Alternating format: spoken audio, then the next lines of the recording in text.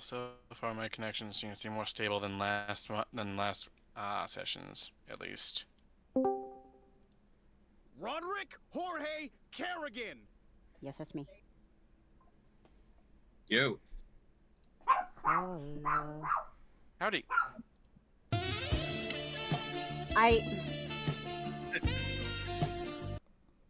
Good to know you're in a good mood, Mel. That's just your entrance that I got for you. Huh? Nothing. Okay. The best part is that the thing that I posted in memes actually mentions that song that Mel was just playing from the soundboard. Careless Whisper? Careless Whisper. Yes. The #1 hit for 25 years. Straight. Mm-hmm. If you look at the thing I posted in memes yesterday morning. I will have to look after I get this fucking brace on. This is just Falmouth putting on his fucking armor every day. It's so goddamn bulky. Yep. Oh shit. Here we go again. Yep, there it is. Okay. Sorry, I gotta get my stuff pulled up. I was making myself some coffee. You're good. I am gonna move everything over here because I cannot turn my chair. Let me know when everyone is in. Oh, did you change the icon? Yeah, I'm working on it. Hey. Sorry. Never. Man, I love that signature. I realize on your work sign off there. What? Oh, the note in general for Rattles where his legs busted. What? Oh, yeah. That signature, quote unquote. That lovely, fucking doctor's signature. You can Well, never you can never read their names. There's actually a thing of like Dr. Mike on YouTube reacting to like doctor memes, and there was one thing where it was like a super neat signature, and he's like this, and the meme was that this is unprofessional for a doctor. And he was just laughing. Shrine. I love you so much. Am I eating into the mic? Give me my Coke. Oh my god, you left it. I just put this fucking thing on. It's a bitch walking around in. I mean, the whole point is so I don't walk around. But still. Yeah. That and I have to keep it elevated and out, and I have a really bad habit of sitting cross-legged in my chair. It's bad enough I already curl my freaking... I have another one somewhere. There should be one that's like full somewhere. It's fine. I'll find it later. This is gonna take me like forever. Up there it is. You found it. Yay. I prefer Coke over Pepsi, but Coke is never on sale where I am. It's always Pepsi, so it's like great. I like either. They taste the same to me. But man, if you want a drink that pisses me the fuck off, Sprite plus tea. Oh! I say this because I got it to try it, and I hate Sprite. I do not like Sprite. And this shit tastes good enough that I keep fucking buying it every goddamn time I go to work. And then I read the side of it. Lemon and lime and tea flavored soda. None of those things are actually in it. It just tastes like it. I'm drinking sparkling water with a fancy ass name, and I hate it. But I keep buying it.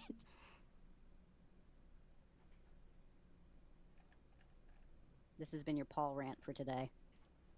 I mean, it's on brand for him, complaining about food or drink, so... Food that tastes good, but he fucking hates it. Him just staring at Falmouth when he was like, why? When Falmouth was like, why are they using adamantine for a pot? And he's like, what do you mean? You know what this is? Like, yes, but it's better for armor. It's armor for food. You don't wash a pot like this with magic. It's literally magical! Don't cross the streams. I'm Oh waiting for my my goodness. Foundry to load, by the way. Just letting you know.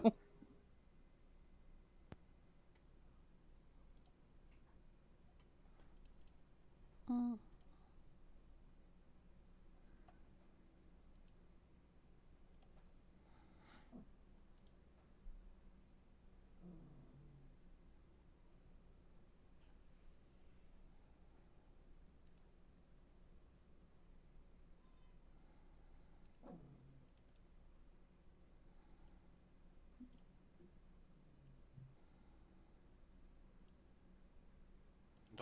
All of a sudden I hear something come. That sounds like it comes straight from a music box. Oh, hi, TC. Bess? At least that means the music's playing. I don't hear anything. You don't hear anything? I don't hear any music. No. I do. When you go to your music tab in Foundry, does it show anything? Is it muted? Oh, there it is. Da, da, da, da.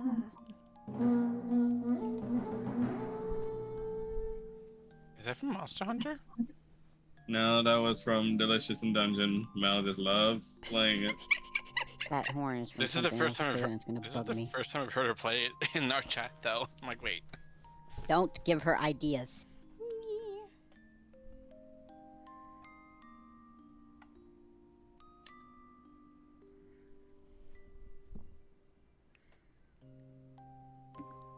I'm still waiting for this to load, but I pulled up the screen on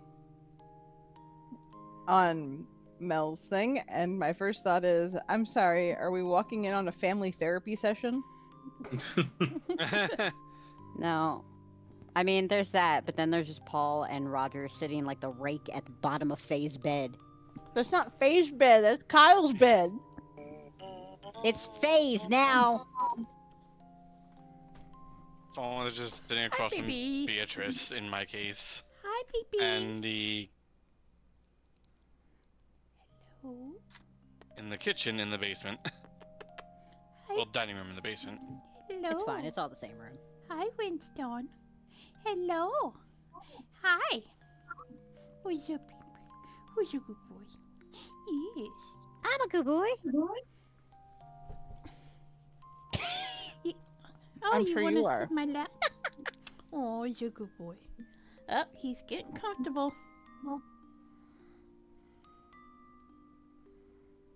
I'm surprised Sorbet has not, usurped your bed. Attacked.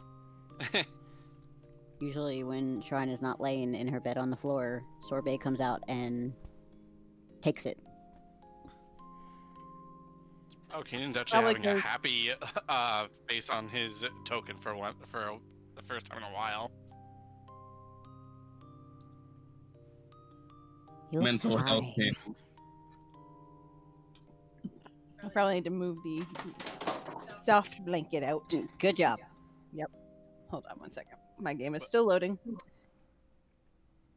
Maybe you should close clip. Yeah, that might help because Clip does take up a lot of resources. Oh, there it goes. I like how it loads immediately. Yeah, sure, if you run. Yeah, Clip hogs a lot of resources, I noticed. Oh, it's not Clip in particular. It's Shrine's hoard of brushes she refuses to skim down on.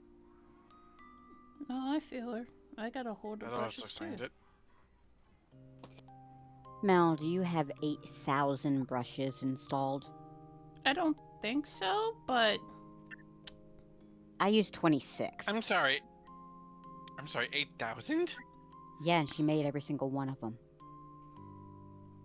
She sells brushes, remember? She doesn't get rid of them after she makes them in the program. I'm just surprised that she wouldn't uninstall them and then install them as she needs them, though. I wish she would do a lot of things with that computer of hers. Hi, welcome Then to I would have to Chili's. stop. What the? It's not a Chili's. This Sir, is a this is a safe Wendy's. way, sir. Oh God. Should just start saying that deadpan to people. Sir, this is a safe way.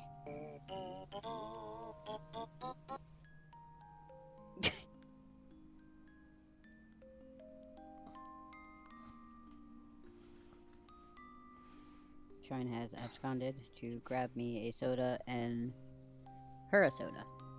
And she has returned. So, he has made himself at home on my lap. Huh? The dog. Her dog, Yes. Winston. These She's are gonna got a dog melt in her in lap. like 5 seconds. I'm gonna forget they exist. I did that with the Reese's the other night. Please don't scare my child.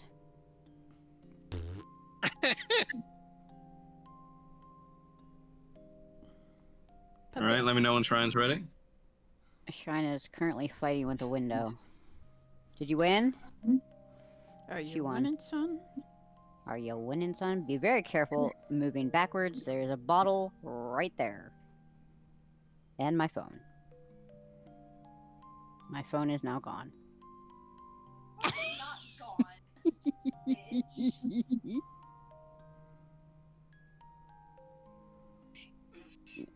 Are you sure you can make it back to the chair?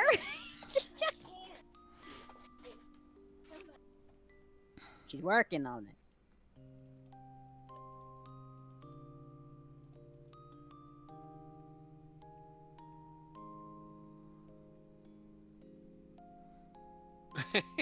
Woman, TC's just sit like, you down. mentioned. TC's just like, you mentioned sorbet, and I'm eating an ice cream. It's not a Sprite tea bottle. I haven't been to work to Him get out a here. Sprite tea bottle. Him out here being I'm like, also woman, regrettably out of cotton candy. woman, sit fucking down. Me, you're the one that wanted the window open before because you were hot. I had to climb through your nest on the bed. Shrine, Yes. if you had not mentioned the window, I would have never realized I asked you for that in the first place. Did I give you your soda? Yes, it's somewhere. Don't worry about it. That's probably mine. Okay. We're ready. We're ready. No, we're good. We're good. Okay. I'm just gonna pass you a little across the room. Like, You A think message from I- the government of Canada.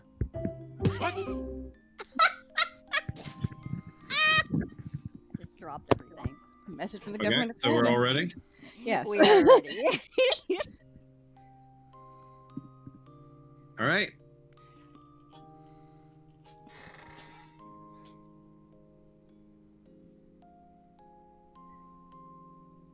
So last where we left off, you guys were working on getting the sanctuary spell for the homestead up and online again. Being that it requires great amounts of concentration and skill with holy magic, though, you guys ended up having to go turn to Faith, which is a bit of a hard sell since she's very insistent about. Yeah, but you came up with a plan in which you would have Odalia help her use her Gatorkin magic to enhance the spell, and to help coerce her into being a little more agreeable. Kanan and Odalia came up with a scheme to kind of secretly dose her water with tasty squares It was champagne. to make her more agreeable. What do you say, Mel? It was like wine or champagne. Yep. It was water. Tasty squares. Oh, it was water. They just made it look was like water. right champagne, if you remember. And forever offended Paul. And it ended up working almost a little too well as Faye became a little too honest. She had an awkward encounter with Gromsh, which led her to being a little unstable for the spell, but thankfully, after some huge revelations for Roger, finding out that his father is not his actual biological father, they were able to get Faye to focus again on the spell. And after 2 days have passed, the women, completely exhausted from holding up the spell, just kind of keeled over and were brought to Kanan's and Nodalia's quarters temporarily to have them rest in peace and quiet. You see Arnaud looking over your wife, Kanan, and it looks like they give you an affirming smile and say, "Well, it looks like we're all right in terms of her general health, but she's definitely dehydrated and starving. The curative magics held up her body during the spell, but she's still gonna need to sustain herself. Most importantly, though, it hasn't affected her pregnancy." Good. I'ma go and ask Mama Juju to make us something to eat. That would probably be a good idea, but trust me, right now, probably gonna need to have her just eat small things at first. Yep, got it. What the fuck? What? Nothing too. Sorry, go ahead. Sorry, I just don't. No, just. Is this happening? Mel in the background said fuck, so fuck responded. Oh, No, She was like, what the fuck? And I went, no, what? I'm just. I'm fine. Mike. you see Kyle near you, kind of tentatively looking over the bed. Is she gonna be okay, Dad? Oh yeah, she'll be fine. Just she'll need lots of water and something to eat. Preferably small things to eat. Remember, it's just You how see, like I did it a while back when I had to put up the first barrier. You see Kyle kind of just giving a long stare at the sight of his mom in a sick bed.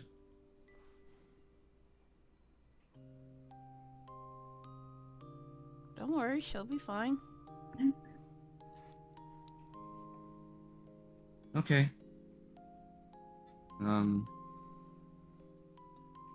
Can Hmm? can I stay? I don't see why not. I want to make sure. Yeah, go for it.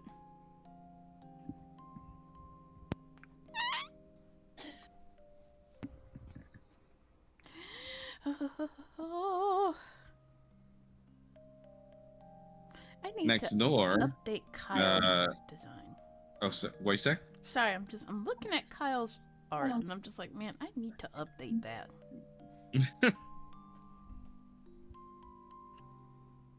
Next door over, Roger and Paul, you're temporarily using Kyle's room to have Faye rest in, which Kyle agreed to. You see, Faith at this point is kind of just in and out of sleeping, same as Odalia is.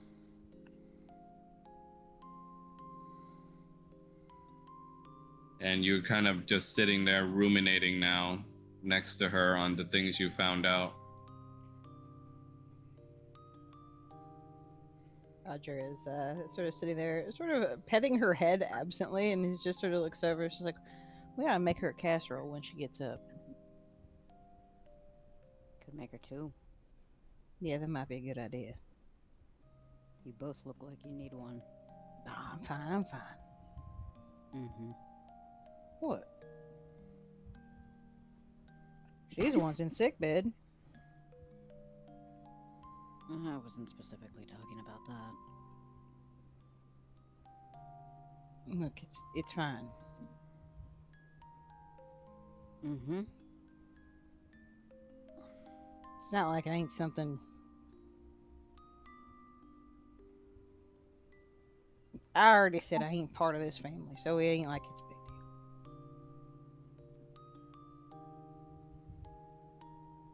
deal. It is when it's a reality. He's just sort of looking down at Faye, like, concerned.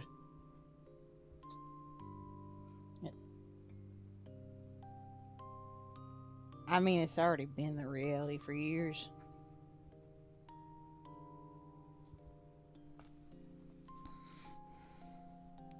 It just explains a lot of things.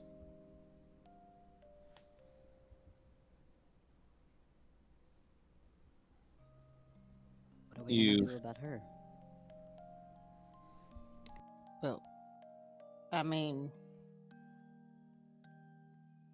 I would hope try to keep her alive. Okay, yeah, that's step one.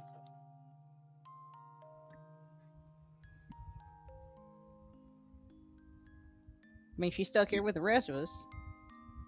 Mm-hmm. you see Arno poking their head in. Sorry about the wait. It's all right. So, thankfully, Miss Faye seems to be doing all right, as far as I can see. But she used up a lot of her magic resources for the spell itself, so she might even have to rest longer than Odalia would. Makes sense. It's not like she was taking super good care of herself beforehand. Right. There's also something well, I don't know if it's my place to say anything about it. What, she got cat scratch fever from all those cats she had? No. While we were transporting her over here, she kept muttering something in her daze. What? Your name, actually. Well, I mean, makes sense given what we were talking about. She kept clasping onto my hand and just saying your name.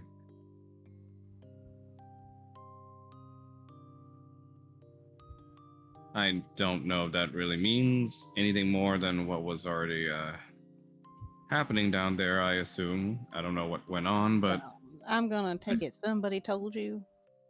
Nobody told you. I didn't bother to pry. It would be rude. And he just waves a head and it's like, well, it turns out she ain't, well, she's my sister, but she ain't my sister. She's my half sister. Turns Ah. out yours truly, and he sort of gestures like, very, very theatrically, is a bastard. Well, Which he gestures between the two of them. Certainly explains a few things, huh? What is that supposed to explain? Hmm? What is that supposed to explain? My sister's purple. My pa's blue.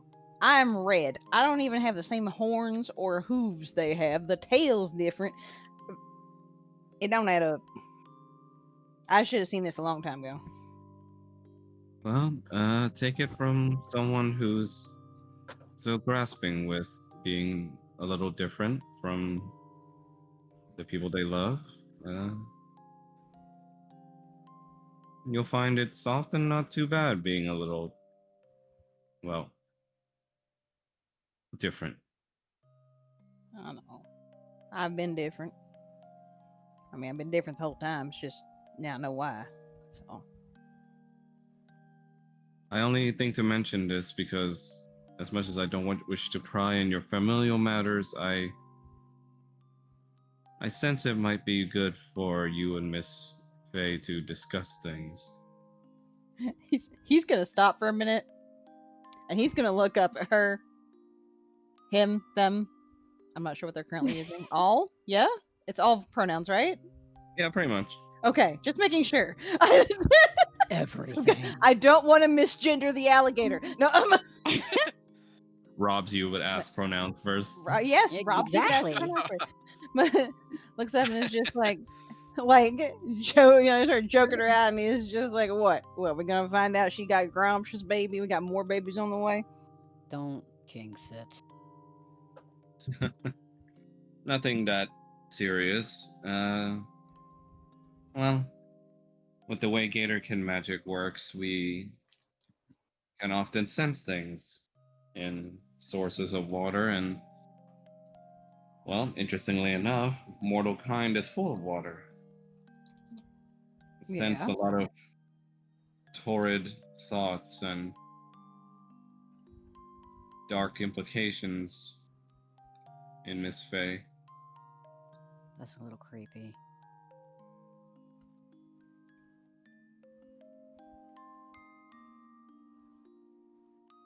Like at herself or to other That people. part we don't know. Called a vague sense of her mood, I suppose.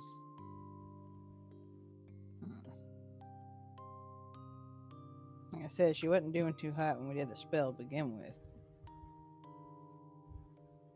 Magic is often swayed by emotions, so that I can understand.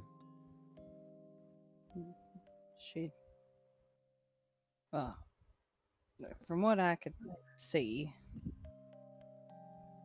as I saw something when everything was happening, she's not been too good of a place. She's talking to Grump. She wasn't too hot. You see Arno nods. I understand. Well, I'll leave you to it. Just let me know if you need me to have them be brought food or something. Roger's gonna look over and just be like, "Do you think Mama Juju's got a recipe for that casserole?" I don't know what a casserole is, but I can ask. I mean, assuming she has found the rest of my recipe books that she snooped through, probably.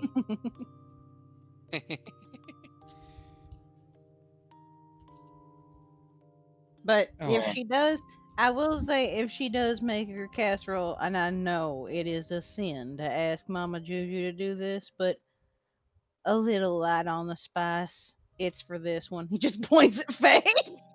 oh, trust me. I'm quite used to having to pick up some spices for my patients. All right.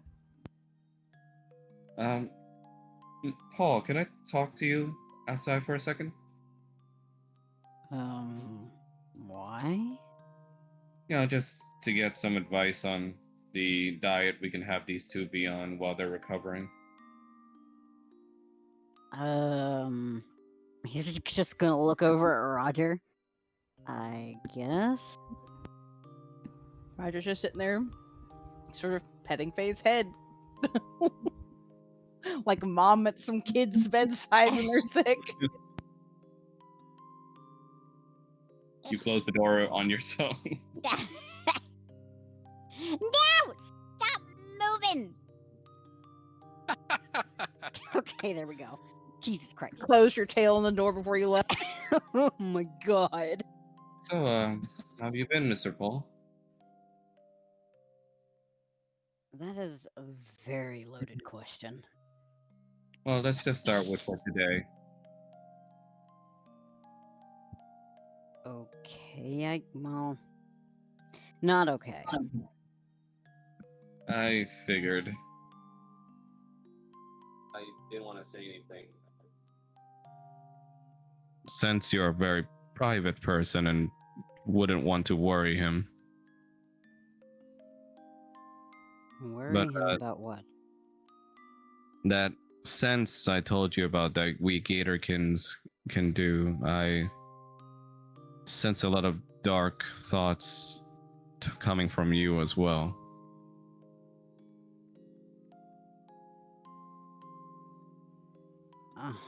Well, I did say that was a little bit creepy. I understand. it's just I try to keep everything stable, health-wise for everybody in this place. So I'm going to extend the same offer I extended to Mr. Kanan. If you ever need someone to talk to vent to, or to just, I suppose, have an ear to listen to that's impartial, I'm around. And whatever's said between us, I promise won't get to anyone else. I appreciate it, but not right now. Of course. I don't try to force anything, so the offer's just on the table. Whatever you wish to do with it is up to you. Thanks. Do you wish to have me bring anything from the kitchens for you? Well, not for me. Are you sure? I'm fine. Okay.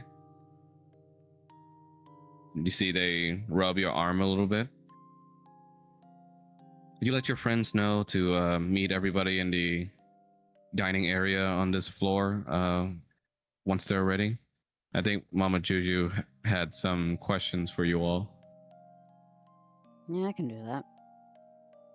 Thank you, Mr. Paul. Mm-hmm.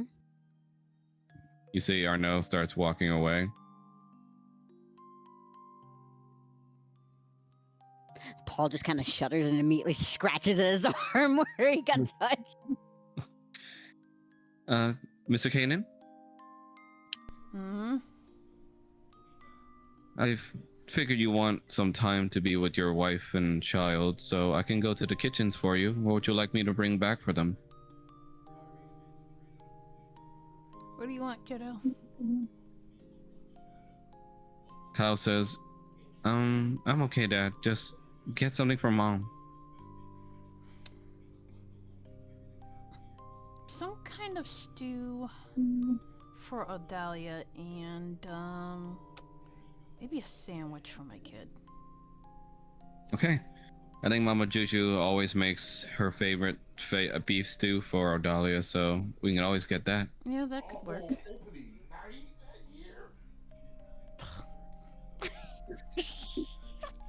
What was that? That was my husband. My first thought earlier when you said small things for Odalia was just Kyle sitting there pushing small pieces of churro into her mouth. Oh my god!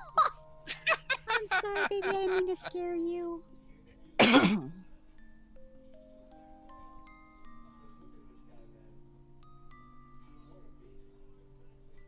You hear Odalia kind of groan a little bit as her eyes flutter slightly open. Oh, there she is. Hi, Mom. How you doing? Never again. Yeah. It takes a lot out of you. Ugh. I'm gonna order myself something to eat because I am hungry. Didn't you just talk to Mama Juju? No, I mean me. Hot mic. Let's see. Is Salcha open? Yes, they are. I'm gonna get some noodles. And some gyoza. So excited. What happened to the tiefling woman? She's recovering. I think she's with Roger and Paul right now. That's good. If anything, you should watch over her the most. The spell's dependent on her now. Well, we're fucked. I'll give her all the support she needs, as well as you. I asked Arnie to bring something back for you to eat. Good, because I'm starving. Yep, we'll get you fed. You see, she reaches out and holds Kyle's hand. Hello, child. It's good to have a steadfast little guardian to watch over me.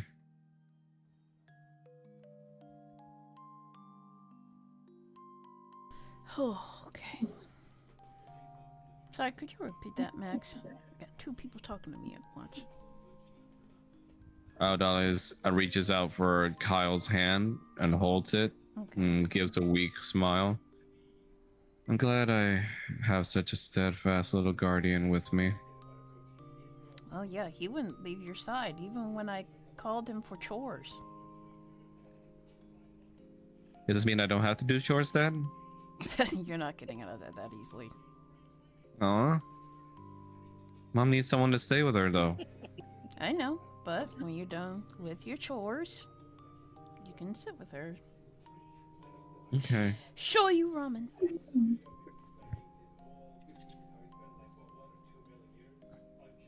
Man, I want gyoza, but fucking... He is going to, gonna ruffle, Kyle's hair. You won't have to do chores until tomorrow. Okay. Thanks, Dad. Mm-hmm.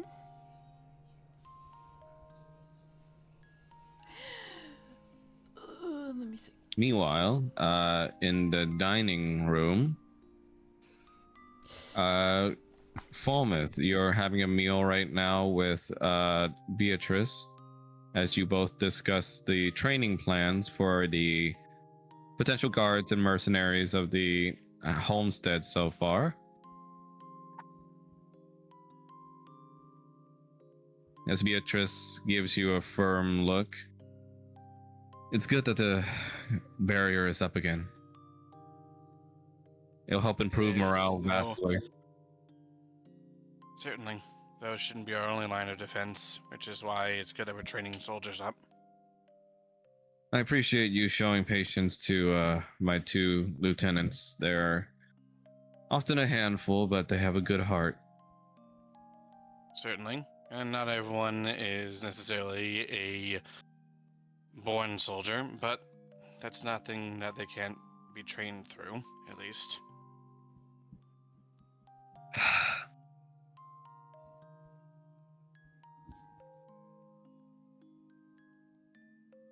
I think after we finish training them, I should poke back into Volaki to see how things are doing. I still I don't know think you- that's the best course of action.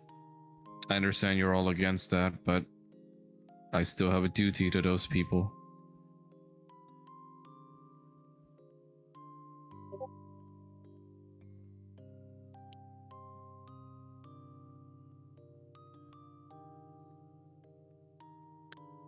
In any case, the girl you've been guarding, Miss Irina, Yes? if the rumors are true, and if indeed she is to be Strahd's target, do you believe it be a safe course to keep her here? Unfortunately, as it stands, if she is here, then that just means that more of his attention will be drawn here. Much as we might prefer to have her somewhere where she has guards, such as yourself or others, not everyone here is enough of a combatant to really deal with vampires. Or even his lieutenants, as we've faced several No. at this point. Mm. That's also my concern. I understand you're at conflict with Baron Orson.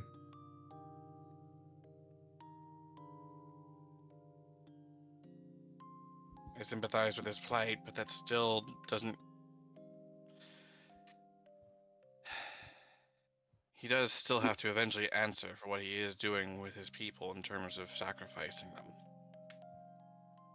And do you intend to kill him? That's not my judgment to place. I'm not a person of Valaki.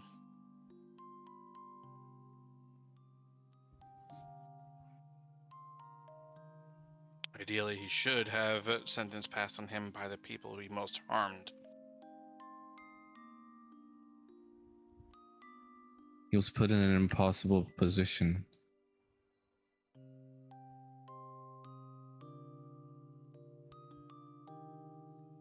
But at his heart, he still loves the people of Valaki above all. I don't doubt that.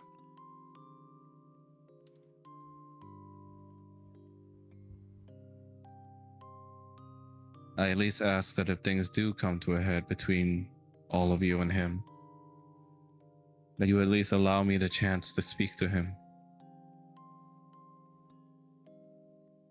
Certainly. But I still do not believe it would be wise to go to Valaki when you are essentially marked for death.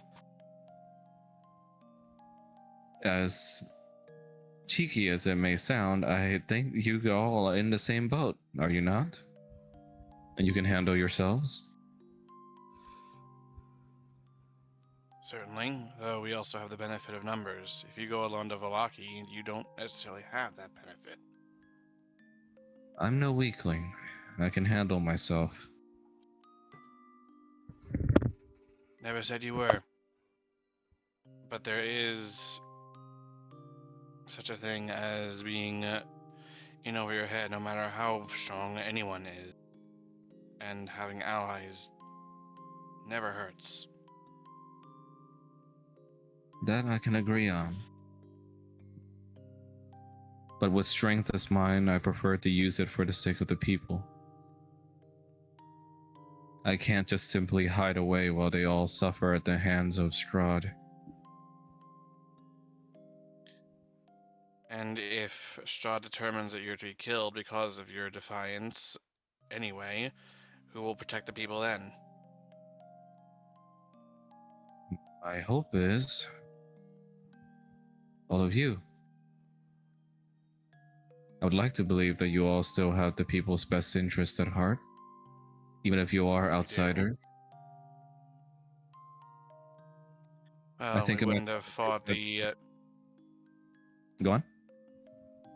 Well, we wouldn't have fought the vampires from the circus if we hadn't been trying to protect the people. That's good. Though I wouldn't blame you for your consternations against Barovians. I'm no fool. I understand that my people can often be quite superstitious, cowardly, and even judgmental, xenophobic at the best of times. But you take the bad with the good.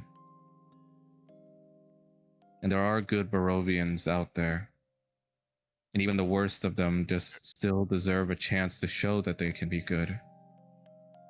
Certainly. But my concern is something else. You've been living so long for others that have you ever thought to take a moment to consider your own wishes, needs, etc.? My men feel the same. Oftentimes they tell me. But I'm afraid I'm that bit of a busybody. If I'm not working, if I'm not doing something for others, I don't know what to do with myself. I suppose in the end, doing something for others is doing something for myself.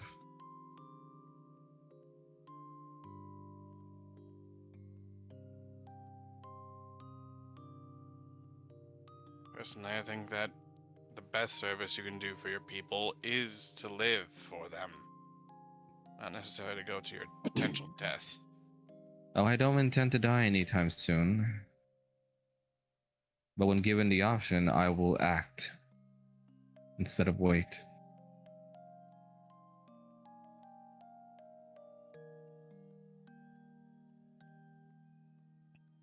I don't expect all of you to agree with this decision. but it's the best way I can feel like I can help my people and also help your case. If I'm there, I can at least prevent as many deaths as I can. I can't do that if I'm here.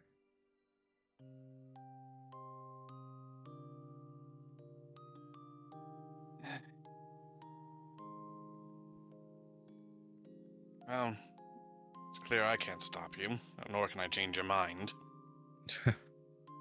I apologize. It's not that I don't hear your words, it's just I made a vow. And I wish to stick by it, no matter what.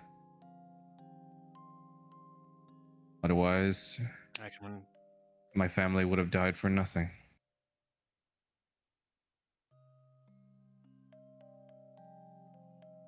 understand the sentiment.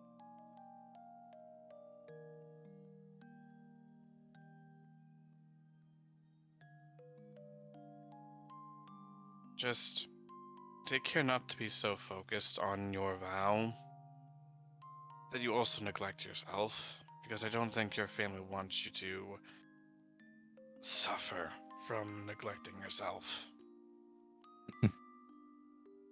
I will certainly try.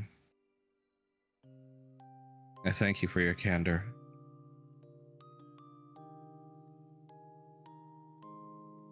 After a while, Vomith, you see your companions eventually heading through the door, being informed by Paul that Mama Jushu wanted everyone to meet up together. So everyone can please gather in the dining room. No, I refuse. No, I shan't. It's Christmas. The door was closed. I need to be invited in. Oh my god. You shouldn't have done vampire. We're really just we're Strahd got to you, huh?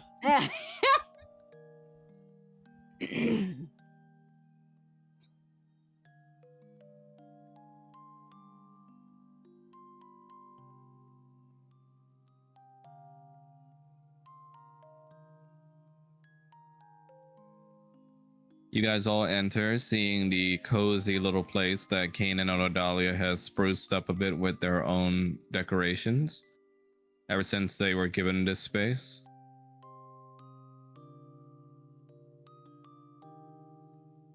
And wafting from the kitchens on the right, you just smell the scent of delicious foods being cooked in the stock pot.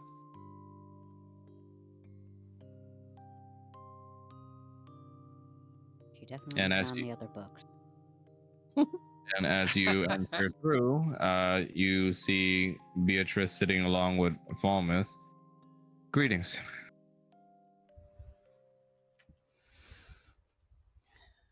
Howdy.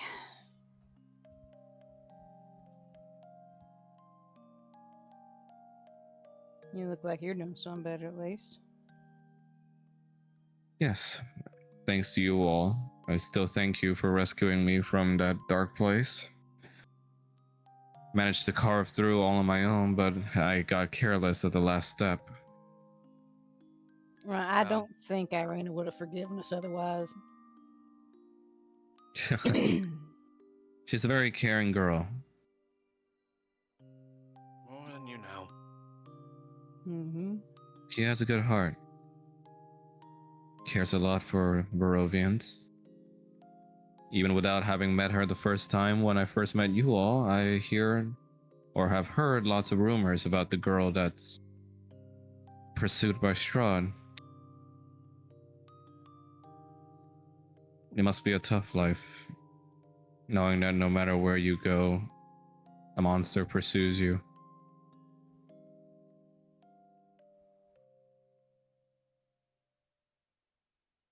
Yeah, I know she isn't taking it too well. Not to mention, we have the unenviable honor of having been invited to dine with the Lord at some point at his castle. What do you all intend to do with her now? What we've been doing, hopefully. Frankly, I think that she's actually safer with us than here. It also would take off pressure away from the defenders here. Yeah, he If I would be remember right. right, your original plan was to cross through Valaki, correct? That or around it. Well, that may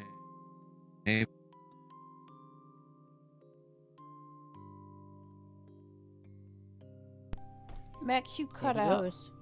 Yeah, you cut out. You Oh. cut out. He died. How about now? We heard that May, and then that was it. You just Oh, faded okay. into the distance. Beatrice was saying, that may be possible now. So, would you consider just leaving the matters of Valaki to me? You all have an important mission to attend to, and I don't wish for our affairs to hinder that. I still don't like the idea of you going in there on your own. It's a death trap.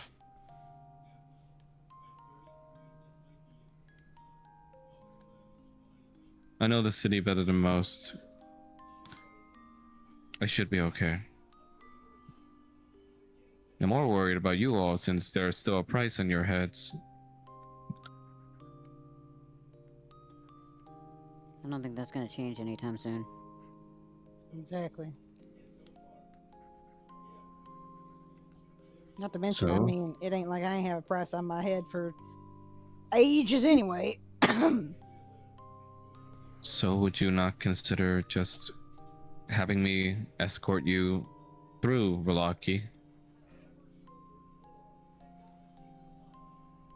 You sure you could get away with that?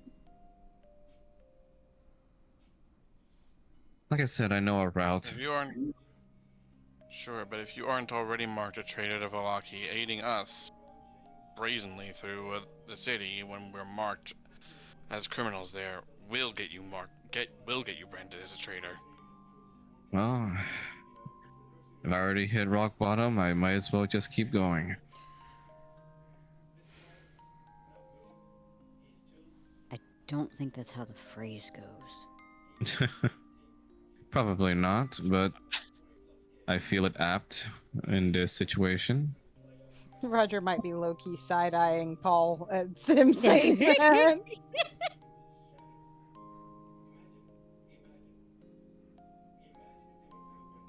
Nevertheless, I know the people of Valaki have deemed you all to be criminals, so you're gonna need someone that knows the city and its secret routes to get through. You could go around, but I fear there may be contingencies placed by the Baron for that.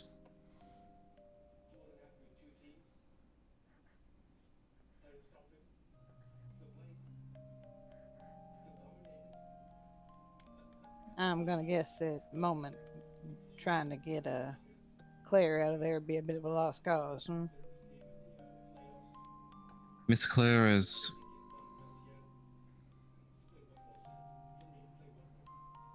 ever since the accident, she's felt very lost. She confides in more, me she's- somewhat from time to time, and she dreamed of a life outside of the city, as you remember. But that didn't work out too well for her, fortunately. And when she lost her voice, she went to a very dark place. Would you believe she has it again? She does, but I don't trust the method in which they got her voice back. Her voice was everything to her, so I don't blame her for being happy, but it's changed her.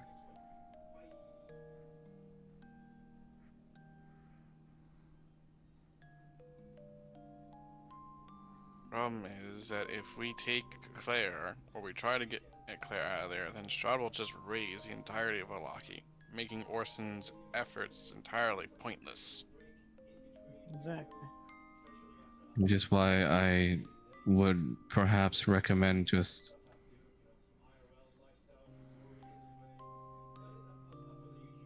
I suppose there's no easier way to say it. abandoning your cause for Velaki and just leaving it to me.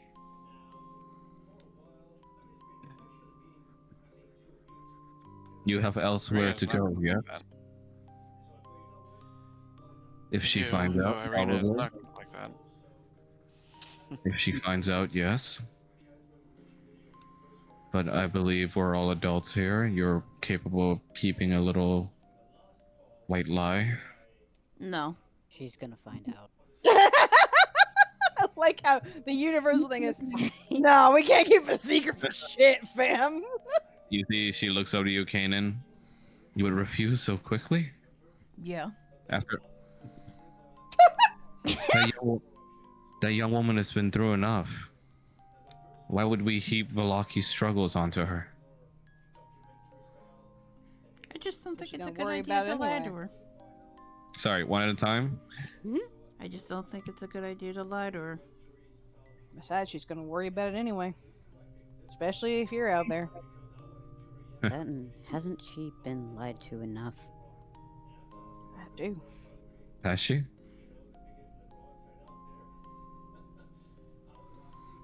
More than you can imagine. She tries to scan your faces and sighs. Whether you like it or not, I am going to tell her.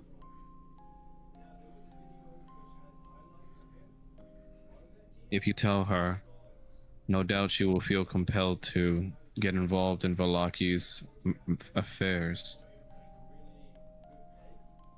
You all Look, remember what happened last time. She was kidnapped by the circus people. the second she realizes that you're gone, she's gonna be worried anyway. Can you all not convince her to look elsewhere? No. No, you're funny. It's not so much that we wouldn't, it's she just cares too much, as you said, She's too to stubborn. not look elsewhere. Sorry, Matt, what you say? She's too stubborn. I see she learned a lot from you all then. Mm-hmm. Possibly someone else that she admires. He's just gonna give her a look. Well, if she ever wants to be a knight candidate, I'd be glad to train her, but unfortunately, it seems like life had different plans for the both of us.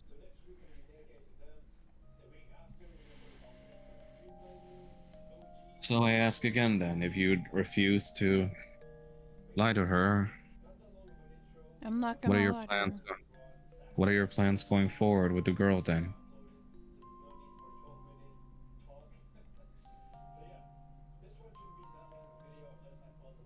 Isn't that up to her? It ought to be.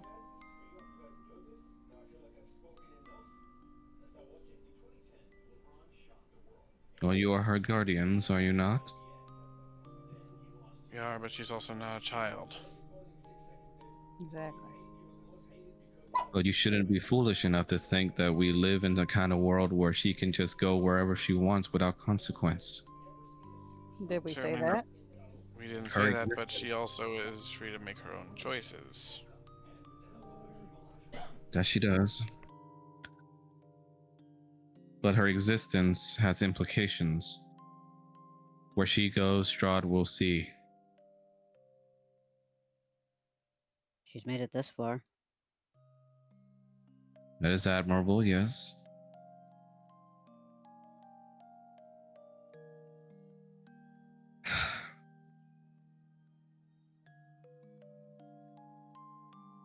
Well, whatever you decide or she decides, let me know. All I know is I won't abandon Velaki.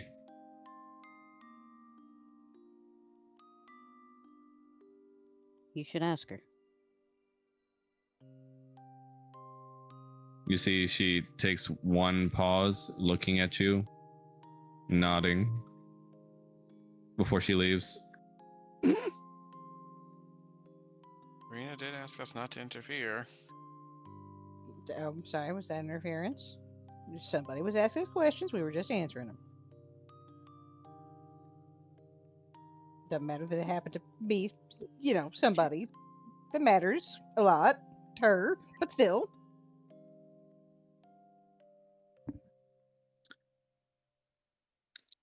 After she leaves, you guys hear Mama Juju coming out of the kitchens. Well, hey, y'all.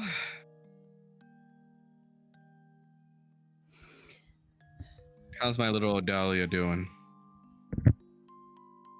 She's fine. She's just hungry. Uh-huh. And I'm sure her husband is tending to that, yes? Yes. Good boy. Now here, have a seat. Come on, come on. Don't just stand there like a couple of rocks. Come on. I prefer to stand. Sit down. Just listen to her.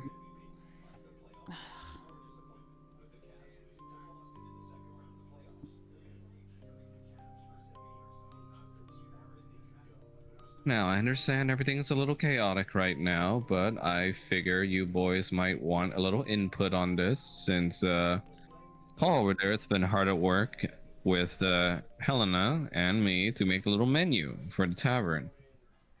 You boys have been through a lot lately, so no way to cure that rather than a hearty, uplifting meal made by yours truly.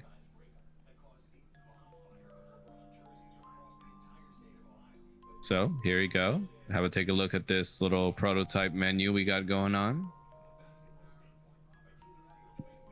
And she hands like little sheets of paper around.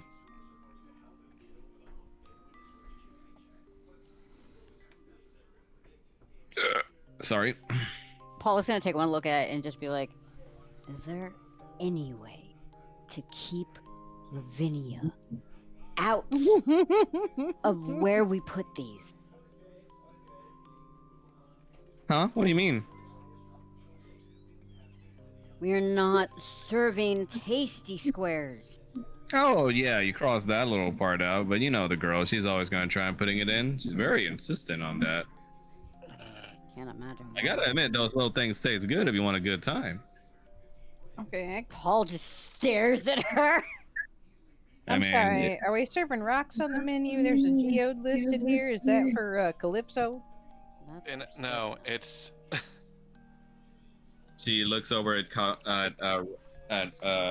Paul. Well, Paul, why don't you go ahead and explain it to your cute little boy toy over there? Roger just Not grins. self-explanatory. No, I really ain't. Well, maybe you should order something and find out. Yeah, I'm not gonna make y'all pay since you're the proprietors and all, but feel free to pick anything you want and I'll make it for you right now as a pick me up. You all got such downcast faces right now and it kind of pisses me off, being a big mama and all, so. I'm Yeah. really fine. It's not necessary. Now. You can at least eat a little something or at least drink something, right? I mean, no, I could always order a round of Tasty Squares. Paul just stares at Roger. Paul just gives Roger the dirtiest look. Roger just gives him a grin. You see Mama Juju like pinches your ears a little bit and goes like, "Huh, you got something new going on here? Huh? Ow! Looks a little different last time I saw you, boy." What are you doing? He's kind of bat her hands away. Well, looks a lot better than that depressing look you used to have, so it's a compliment.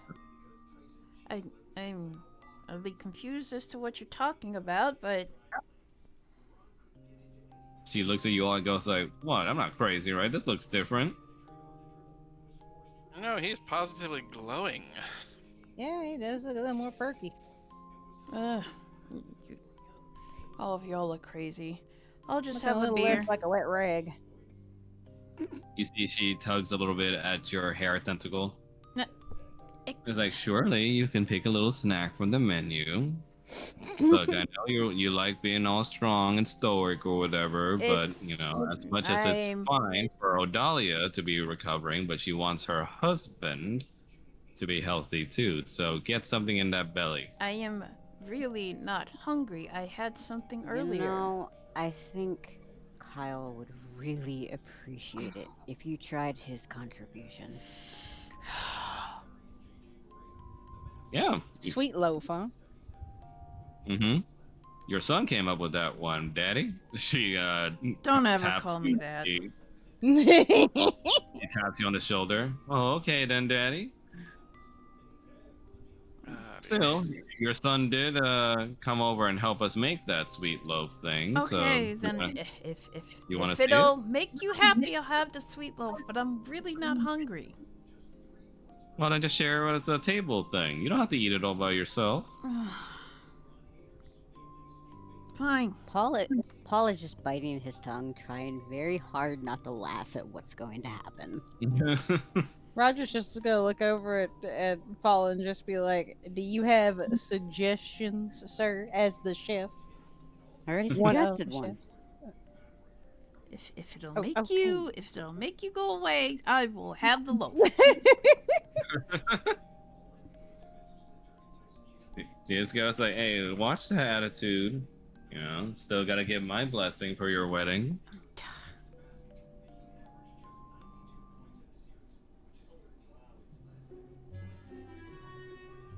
Oh no. Oh no. Music playing, Yes. right? Oh Making sure. no. Yes, it's the. I know this music. This is the music Okay, from. nice. Oh no. This is the music from my favorite. Yeah. Mama Juju looks at Kanan. Well, good on you for ordering something, son. Not like I had a choice. Well, what kind of beer do you want then? The bitter root? Groggy Sandra.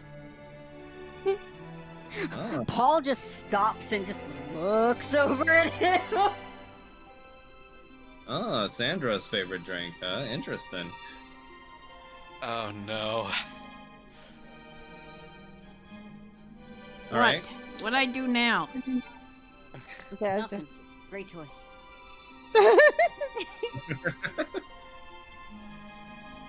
Mama Juju looks over to Roger. How about you, dear? All right, well, I'll bite. I would like to know what that geode is. All right, so you And want? I mean, you know what? You geode? also know I got to order the kumquat margarita. Like, Of course, like- that's the specialty drink of the place. exactly. And you, big boy? She looks over to Falmouth. Paul is gonna look directly at Falmouth.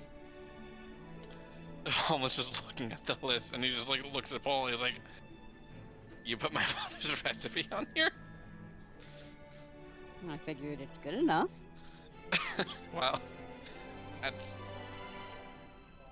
I'm actually touched. I'll go with the Salt Patriarchs and the Dwarven Stout. All right. Never made those kinds of different foods from those cultures before, but I can certainly get my fat ass into trying. All right. How about you, Paul? I think I'm fine. I think you are gonna See? eat something. She raises her brow. Come on, I didn't give your friend heat for no reason. You gotta eat something too. I was about to say no. If I have to eat, he has to eat. Can't give me Okay, shit for nothing and not give him shit. Even Roger again. she's like, Kyle I think you need something. insisted. that Paul, eat that. you see Kanan and Roger just give you white hot glare when you said that you don't want anything. He's just gonna kind of roll his eyes and You just better be like, You better pick something, or I'm gonna have her make you a batch of pasty squares, and I'm not gonna tell you what I put in them. Paul just looks at Roger. I don't have to ever make you pancakes again. No, you don't. And then he's just gonna grin and go, "But you will." Just give me the chips and the stout. All right, chicken chips and a stout. Of course, you would pick the dwarven one, eh? She winks at you. I'd be offending an entire civilization if I didn't. Oh, you gotta send over some beer cheese though. I didn't see you put that on the list. She takes down all your orders and goes like, "Alrighty, Mama Juju will be right back."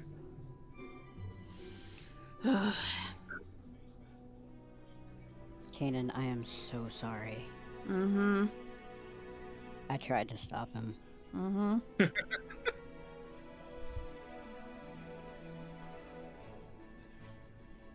He's gonna put his head down, like on the table, kind of like cover it with his arms. You guys see Kanan just kind of like face plant onto the table. Well, it's not like a face plant. You know, like when you're a kid, like you put your head down on the on the desk. Yeah. Yeah. In your arm, right? Yeah. Heads up, 7-Up. Yep. Heads up, 7. Oh my gosh, that. Wow, Strahd! I just activated the neurons. How dare you make me feel old? Yeah. It's been 84 years. So with the food cooking now, you guys have a little bit to start discussing amongst yourselves.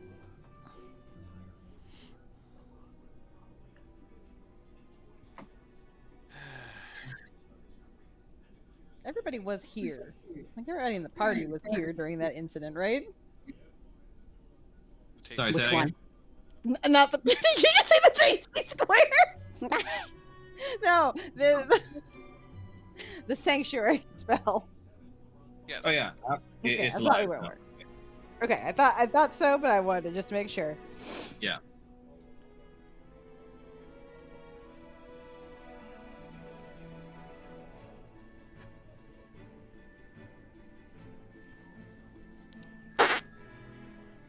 Okay. Even with the sanctuary up, I'm still training the soldiers and guards so that we have another line of defense just in case.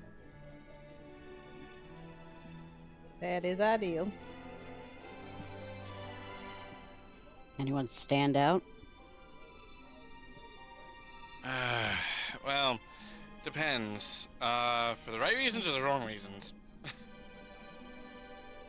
Didn't I Well, see them? now two I have to little- ask for both. Well, two of the recruits are rice and beans from the Valaki. Ain't those that two I danced for? Yes, they are. Yeah. It's going to be a long road to progress for them. What? They're not masters? It's not even so much the issue of them not being masters, but they have preferred weapons and they're not even competent with those. How did they become guards? I don't know. You'd have to ask Beatrice. But Oh, the well, fact there's that the answer. the fact that I can disarm them with a dagger when they have a great axe or a spear with a reach advantage, and all I have to do is apply a little leverage, is kind of scary. Look, to be fair, there are a lot of men out there that are not very capable with their weapons in general.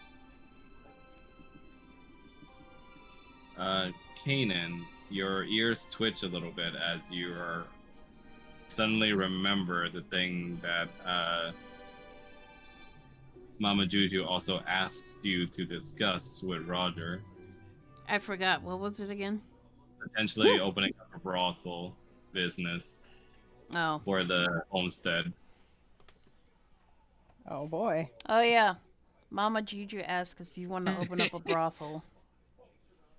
Shoot, My- shoot what now? Excuse me?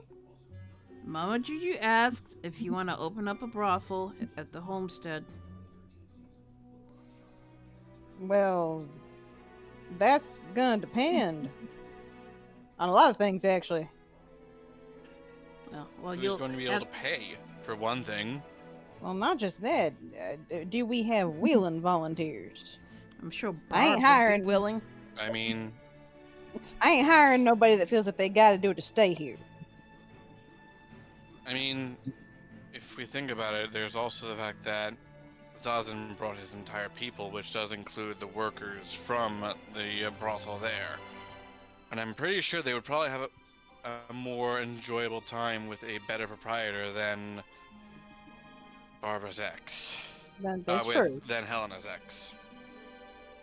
It's true. I want to make that clear to start with to anybody that we're, getting on board with this thing. If they don't have to do it, there's other things they can do here. They don't have to do that. Well, you can sure as hell talk to Mama Juju about it. Mm-hmm. That being said, I mean, I wouldn't mind. Some of the workers from the Vulpine may also be willing. Yuki might, for example. But there's definitely going to be some set rules for sure.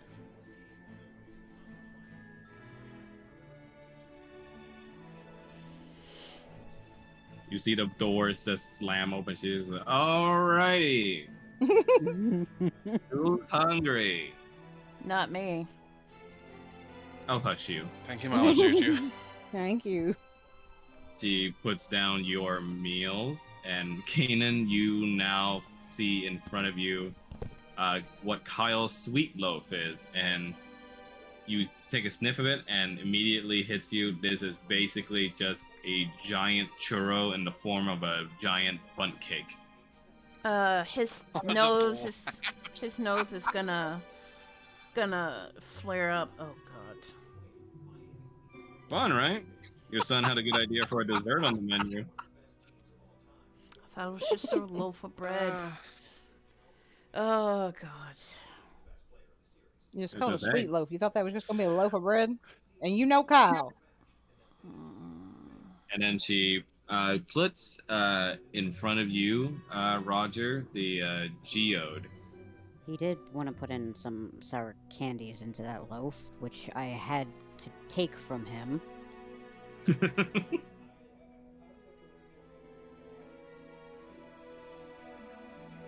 And the geode, Roger, in front of you, you see that it is basically just a loaded baked potato, a la Sedna. Ah, okay.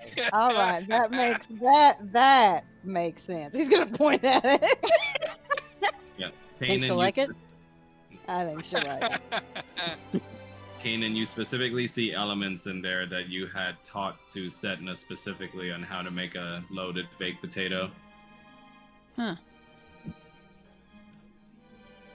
Yeah, your sister came about wanting to add a little idea there too. So thought it was cute enough, so we decided to add it in. A little basic, but we had a lot of potatoes to use, so might as well. All right then. I mean, she does seem to like them. Quite a bit. Alright, and here you go, big boy. Big salt-baked Ryax for you. Our first time cooking it, so if I screw up, let me know. I can try to improve on it next time.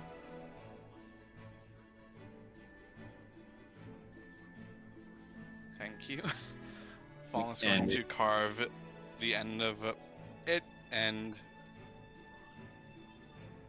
slip the beef out from the salt crust, which is very tender.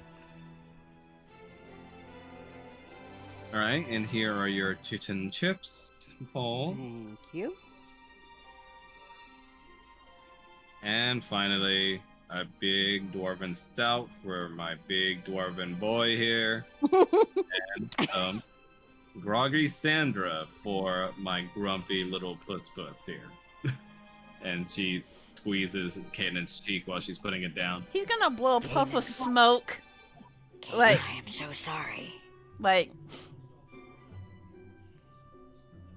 and he's gonna like try to shake his head away from her cheek, from her pinching. What is placed in front of you is probably the most extravagant alcoholic drink you've ever seen in your life. It has about 3 umbrellas on it, along with 3 straws, indicating that it's some sort of shareable drink.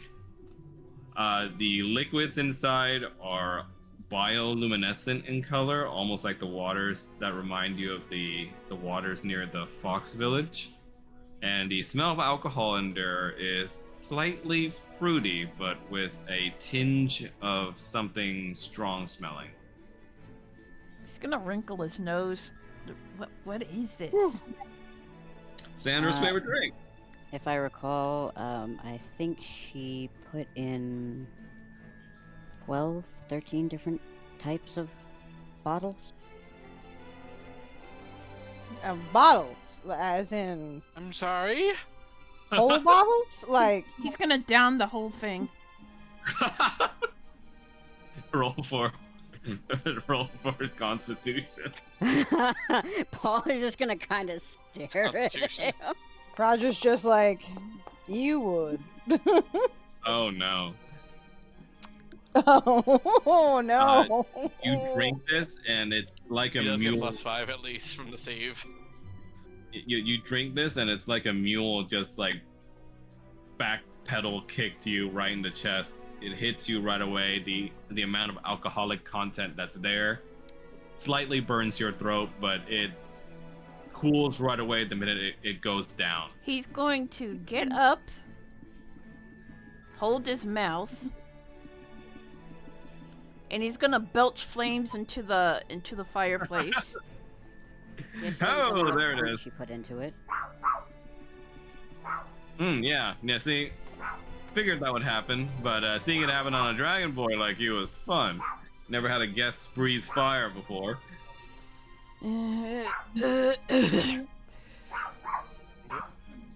So? Fair, you did ask for it. I'm glad I went with the Dwarven Stout. Oh, was it good? Damn, that was that was real. You should give him another. Yeah, that shit. Yeah, well, the amount of alcohol the lady told me to pour in there, that shit will put some hairs on your chest, if that's even possible. for you dragonborns. He belches again, and another, like, not a puff, but like a big spout of flame comes out, and it like Yeah, flares up the fireplace. Yeah, this time it comes out as rainbowy flames because of the drink.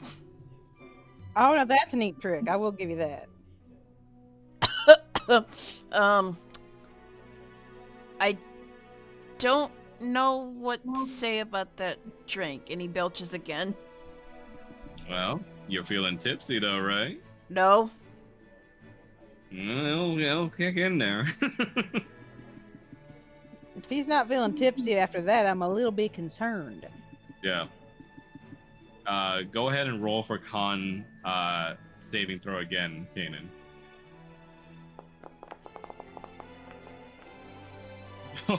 Yeah, you're Oh definitely. no. It's, Yeah, it's you're still definitely- +5, but it's one down.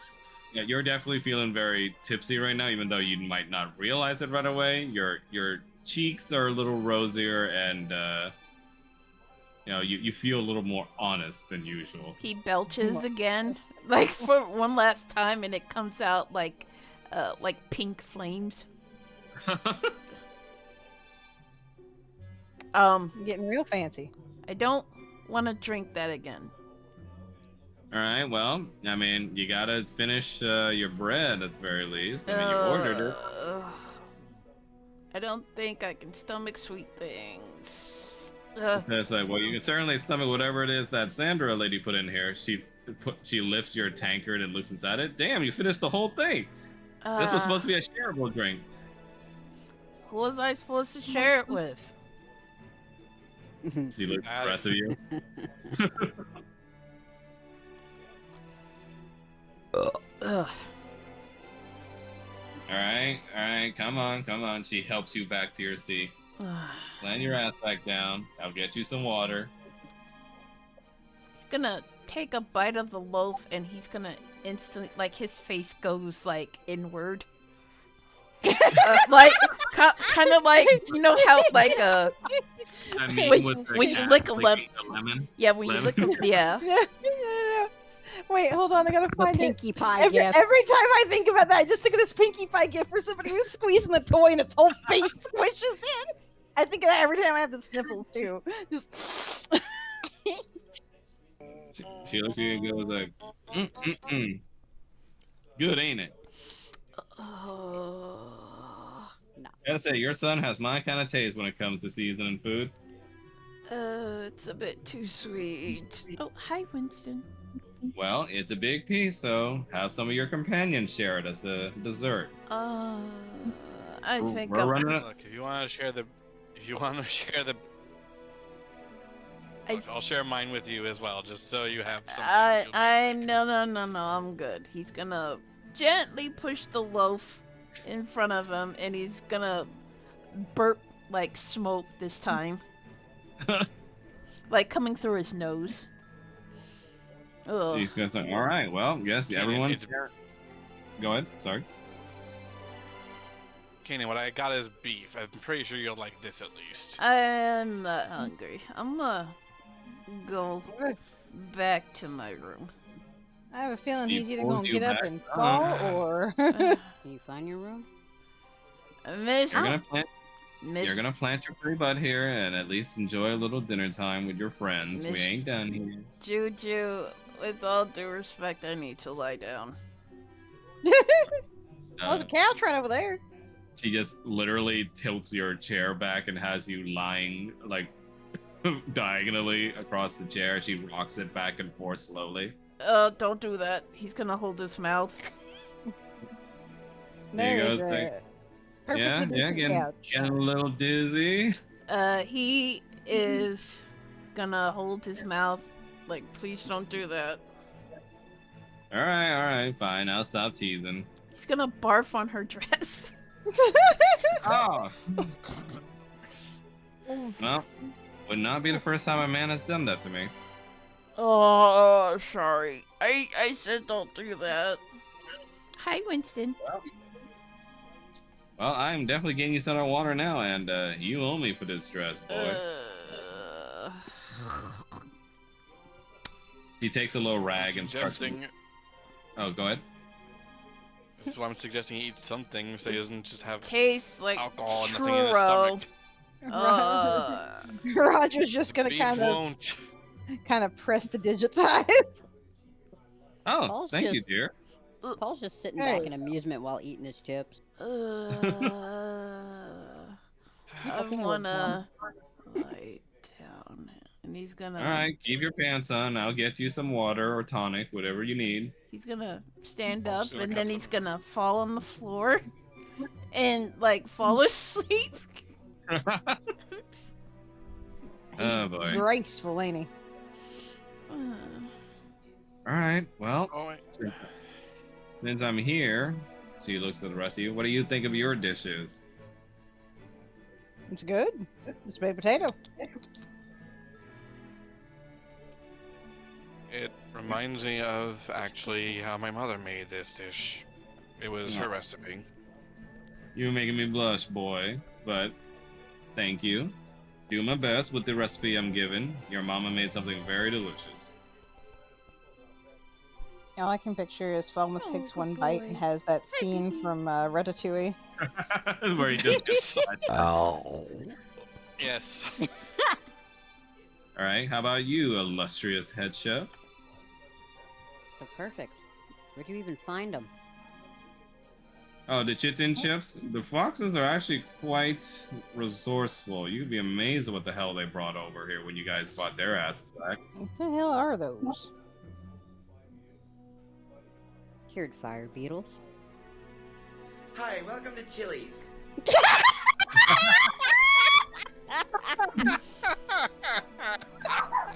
God, that was perfect. She looks at you. She looks over to Kanan and lifts you back up to your chair now that you're slightly conscious. Come on, come on. Don't be a lightweight. And you're supposed to be a goddamn dragon or something. Is that you, Mom? Oh wow. You wish.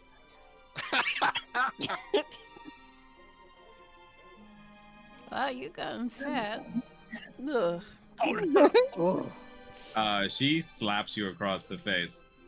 Ow. Now, being drunk doesn't mean you get to be rude. Sorry, Mom. All right. Well, I'm gonna go ahead and go back to my kitchen there. But if you guys need me, when she does that, you guys hear a little meow from underneath the table. No. Paul just immediately looks under. He's like, either that's Calypso or that's the freaking tabaxi. Or that's one of the million cats my sister has. You see Calypso goes from underneath the table and jumps on top of it. Hi all. Hello, Calypso. Right, I'm just gonna reach out and scratch her behind the ears. Oh, thank you. That feels very Purr. nice. That, yes. Yeah, Don't- That'd nice. be Don't mind. nice. The fucking pirate cat and Yeah. Yes, I love that pirate cat. Kanan's gonna stumble and then he's gonna get back up. Ooh, I'm Well, tired. I hate to disturb you all, but we have a bit of a situation, I guess you can call it.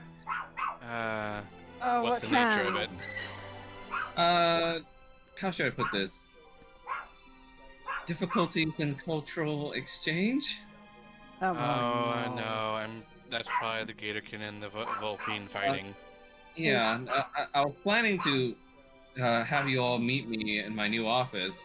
Still working on it, because there are some suggestions and complaints by your well, I guess you can call them tenants at this point. But I guess the immediate one I wanted to bring to your attention is there is an ongoing argument happening in the tavern. Alright. I'm sorry. Okay, I'm sorry. I have to say that the sound effects in the background of Winston yapping just makes me think that that's some of the foxes we're hearing screaming. Oh, I'm sorry. No, it's hilarious because it's just Calypso. There's an argument going on, and there's just barking in the background, and I'm like, it's just foxes. It's foxes. It's fine. I love it. Calypso just looks over the table and looks at Kanan. Is he going to be okay? Oh, he's fine. He's white Absolutely still. fine. Oh, is it the Pride Parade? Huh? I thought you were No. asking me. I was like, No, it's no, Kanan, it most certainly is not. No, like my husband said, there's a festival. Oh, okay. So, Kanan is going to go to the couch, I could just remove the poison from the alcohol. and he's No, gonna no. Let him feel it. flop right on, and he's gonna take Let it. him feel it. Looked at you, was like, could you do that, Mr. Falmouth? I feel like this might need all of you. Fallen's just going to Like go a over and daisy. Fallen's just going to place a hand on Kanan, and he's going to use 5 points from Lay on Hands for where is it? Should we go to features? To remove the poison. Whoa. Is that what lay on hands sounds like now? He uses lay on hands on Kanan, and Kanan, you feel the hazy miasma of the Sandra alcohol. Hangover? Yeah, being lifted from you.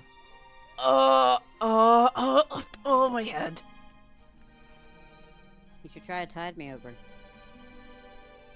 Oh, What? Please, no. No, it'll fix him right up. Oh. Can I make you want me to make it for you in a to-go bag, sweetie?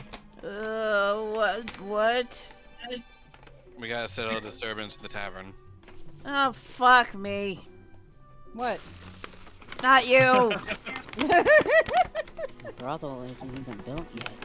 What I'm gonna do is just looks over to Paul. I guess before you head off, you want to help me in the kitchen make some tied over for him to in a to-go bag? Can you pull this food out? Paul is just gonna Please. slowly grin. I would love to. No, Fallen's just boy. gonna place his beef into like a to-go bag. That's a Mama fucking Juju dream. and Paul go into the kitchen for a bit, and they make the Delzone tied over dish from the menu for Kanan in the to-go bag. Thank you. It's a And drink. no, it's actually a food. It's a drink. It's a drink. They did put bean sprouts in my ramen? Wait, are you sure? Because when it's in the D&D cookbook, it's a food. We have made it a drink. They put bean Oh, sprouts okay. in my ramen. That is so put what? weird. They put bean sprouts in my ramen. Oh, That's a weird that is choice. that's a little weird, but I Yeah. guess they wanted to be like pho, kinda. But it's not pho. Okay, so why don't you explain then, Paul, what it looks like as a drink? It looks like a smoothie. Nice. Okay, so Kanan, you receive a little leather satchel bag covering over a cylindrical container with a little straw coming out of it for easy drinking of the Delzoon Tide Over. He's gonna smell the It's got the straw, same then effect he's as gonna smelling start salt. drinking the tide over. So what will it taste like, Paul? I mean, that's gonna be up to the drinker, but it kicks like smelling salts. Oh my You- god, what is this? You take a drink and immediately it's like a bunch of wasabi just hitting you all at once. You're immediately awake. His nose is just gonna flare up like, oh. Feel better? What is this? It's a tide me over. Okay. He's gonna try and down it as fast as he can. Yeah, you just see Aiden sipping on this and making a face every time on your way over to the tavern. Oh, I had to put it on there, otherwise nobody's gonna recover from whatever the hell Sandra had me put on there. what?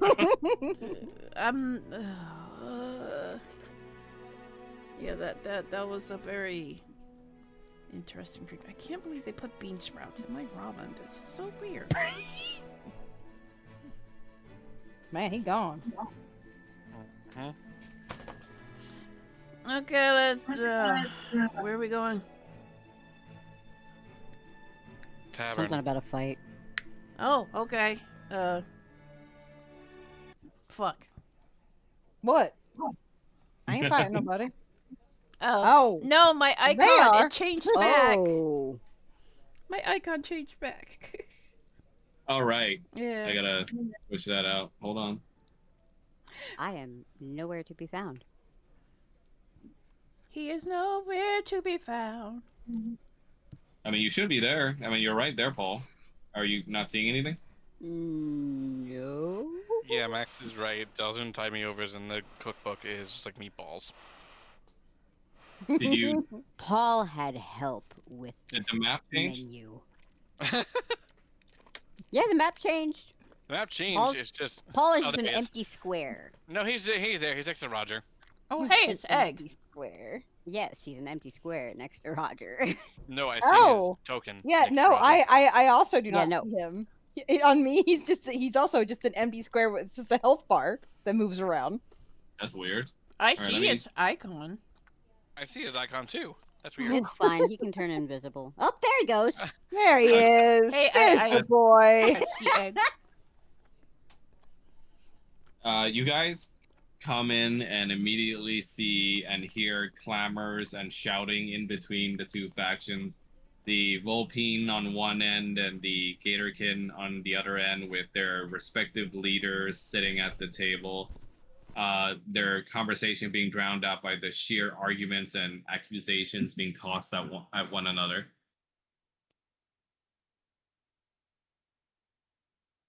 What the hell is going on here?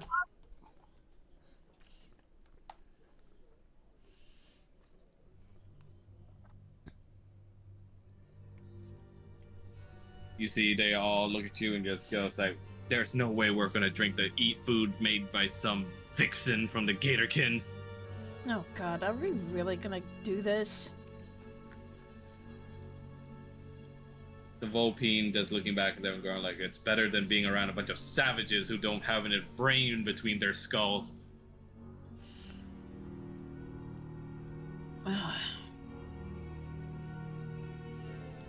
This And is... you see this particular Gatorkin over here just he's short, so he jumps over one of the other gator and gets I say we teach him a lesson. I say you sit your ass down. You. Yes. He's just gonna slowly walk. Sit down. You see, Egg just looks at you and goes like, "Or what? You know what's You on gonna the side of these filthy foxes, huh?"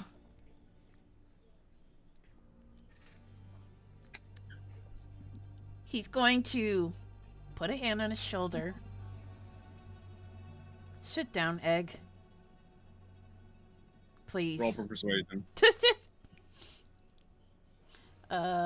Persuasion or intimidation? Persuasion, because I don't feel like you're trying to intimidate him, right? No, Or- I'm not trying to. He's just like, just sit down, please. No, Oh, I want no. inspiration. No, you have the advantage thing. Oh, that's right. Yeah. Yeah, inspiration. Oh, no. Inspiration. I'm using my inspiration. Okay. Amazing. Okay, that's better. He just looks at you, pissed off, before just settling down a bit. And he's gonna smile.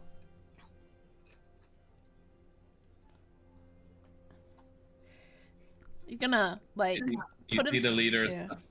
staring at each other while the Volpines start clamoring again against the Gatorkin.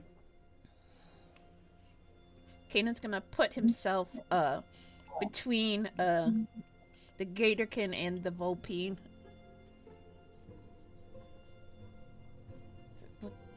Zazan looks at you all and goes like, "Ah, perfect timing."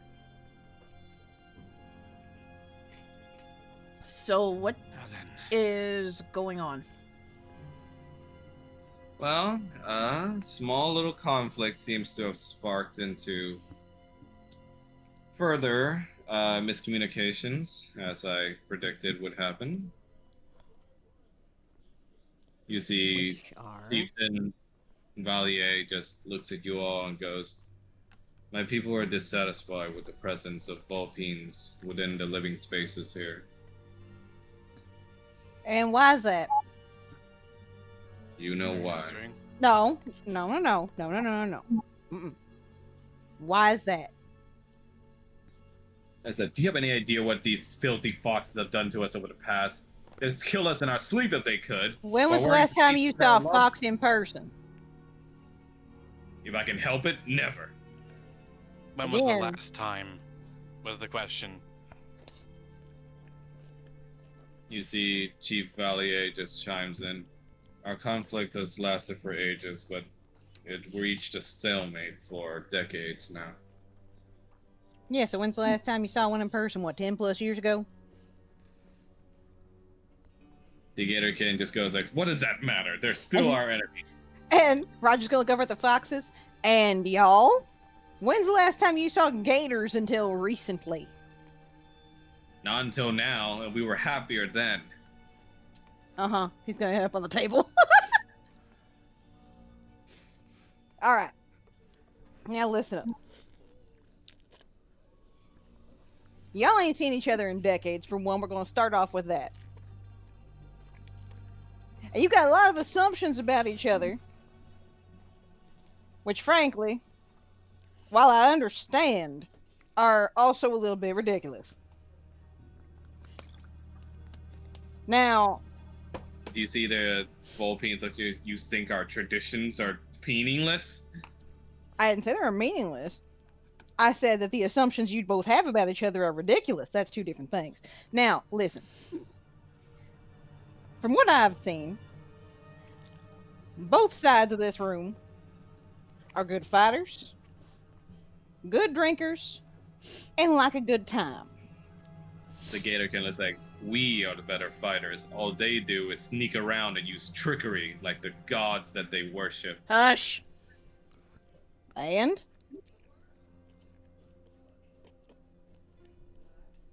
And Yep. you see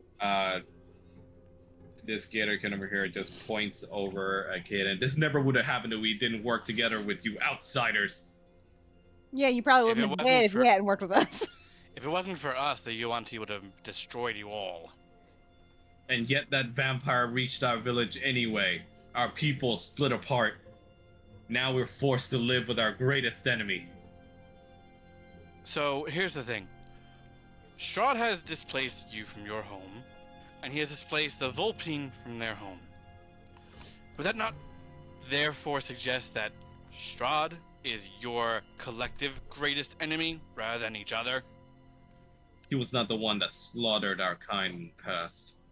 I mean, But didn't they're he not the technically do reason that? you're here.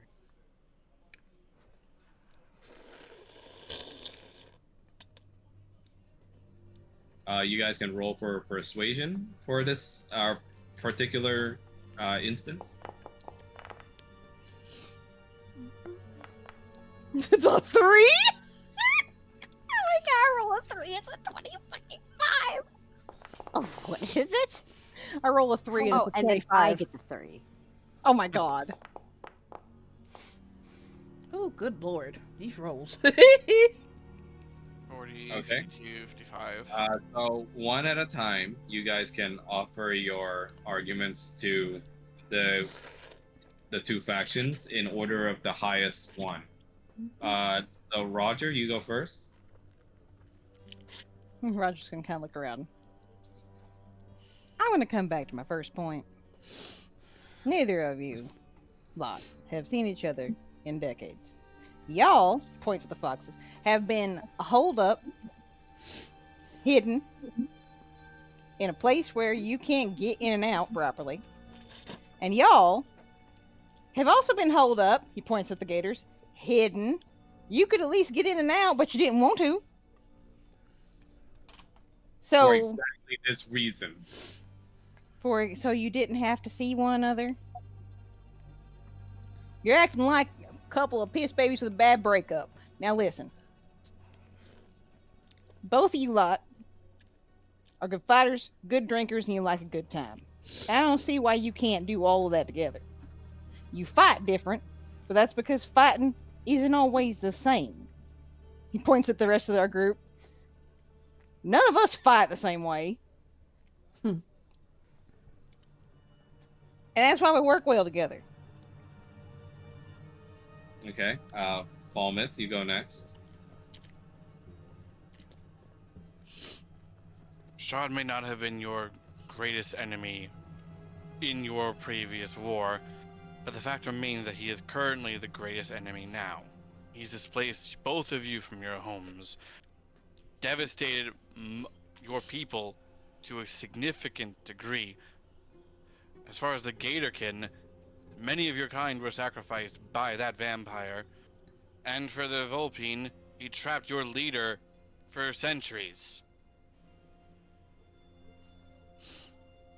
I would think that he should be your main concern rather than each other. Because he just wants you to fight. He wants you to fight so you're not turning your attention to him. And how do you know these filthy foxes aren't working for that lord? They'd sell us out in a drop of a coin if they could. Just like their leader. Because You I had to convince everyone to surrender back then and to fight against that vampire. because I had to protect him from him and his people from being attacked by Strahd's lieutenant.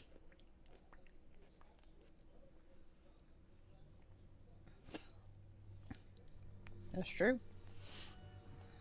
All right. Next, Mel. Oh, God. I'm not good with speeches. Let me see. As for the charisma roll, Max, why you do this to me? Role playing. Y'all, can you give me a second? I have to think. You played enough.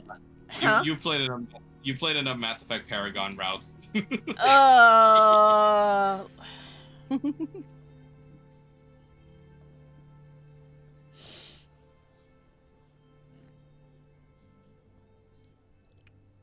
Look, the thing is, we're all stuck in a situation where we don't want to be in. But that doesn't mean. Give me a second. I can't. I'm Oh, I brain thought that was like. I thought that was Kanan. No, throwing no, up. that's not me. That's not him. Okay. I'm think. I can't. I'm not good with speeches. Take your time. Good. Chief Valier, if we hadn't come along, your people would have dwindled to nothing, because you would have been too stubborn to leave. And your people would have died out eventually. Great So you would Zazen. argue. I'm not done. Great Mm. Zazen. If we hadn't come along, you would still be stuck in your bubble. And you would still be stuck on your island forever with no change. You would have stagnated as well. You see, he chuckles behind his fan. That is quite true. Chief Valier looks at you and goes, "Well, that is true, boy. My people's traditions are not to be thrown aside for this. I am not saying to throw your traditions aside. I am We were saying cloistered for a reason, for our safety, and that safety has now been breached and destroyed. your safety would have been breached regardless by the Yuan Ti and eventually Lord Strahd himself. So if you were still there, you would have died. All of you, including your daughter and your grandchildren. And how do you expect all of us to resolve this then?" Instead Probably of turning your self-fulfilling anger prophecy. on each other, turn it against your common enemy, the one who has put you in this situation. And you know that Okay. I'm right. He's just Okay, gonna stare now- at him. Now Paul's turn. Beep beep. I'm not one for speeches, but if it weren't for these Vulpine, your daughter would be dead.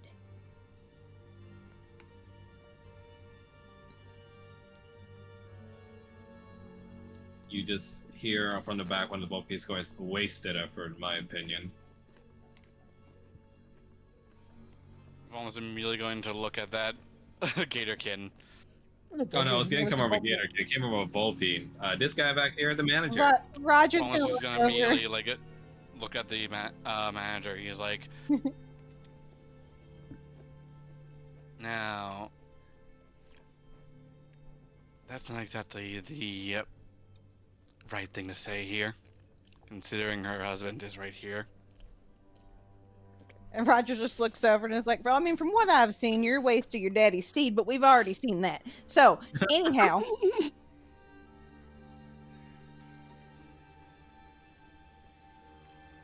And that has nothing to do with you being a fox. That's just The they're manager just kind of just gestures. up against you and just goes like, "All this has done is uprooted us from our safe little island and over here to the mainland, where we're more likely to be wiped out by that vampire now." You would have starved and had nothing with that blockade that Strahd's magic had enforced on that lake. We were doing fine. We were at least surviving. Look at us now.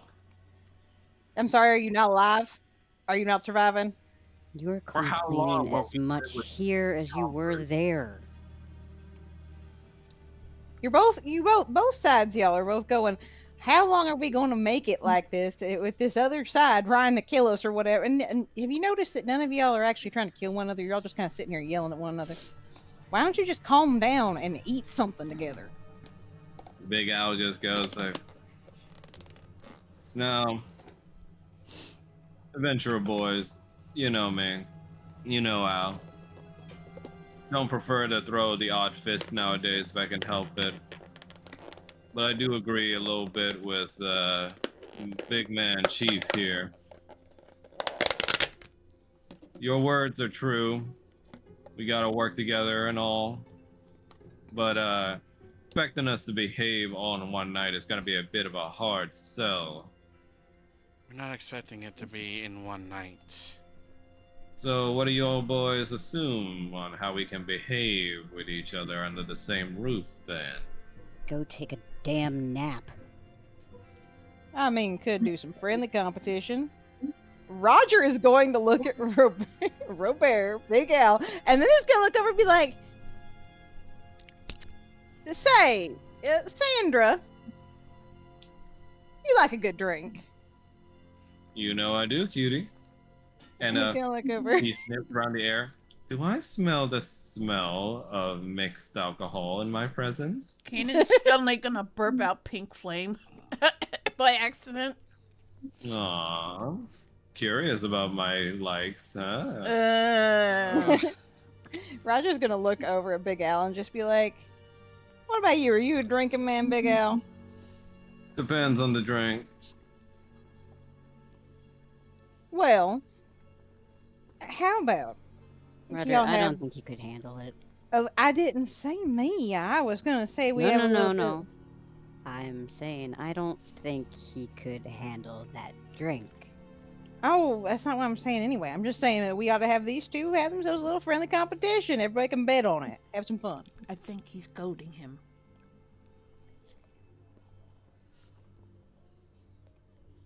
You see Zazan looks at you. So you propose we do a friendly competition between two warring factions. Interesting. Might as well blow off steam somehow without killing each other. What say you, Chief Valier? Our respective heroes seem to propose something non-violent. Roger looks at the violent warlike groups. How about y'all get drunk and have some fun?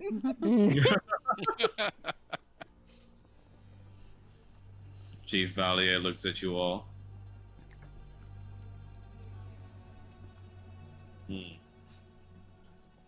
And what do you propose?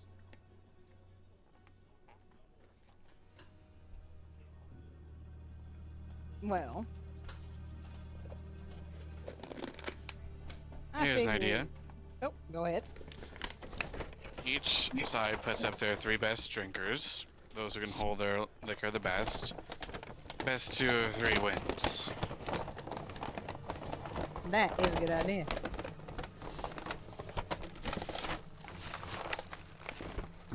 Zazan just goes, a drinking contest, huh? I suppose that is one thing our two peoples share. What if it's a tie? It's best to. I mean, if it's a tie, Paul is going to give a look at Falmouth. What if it's a tie?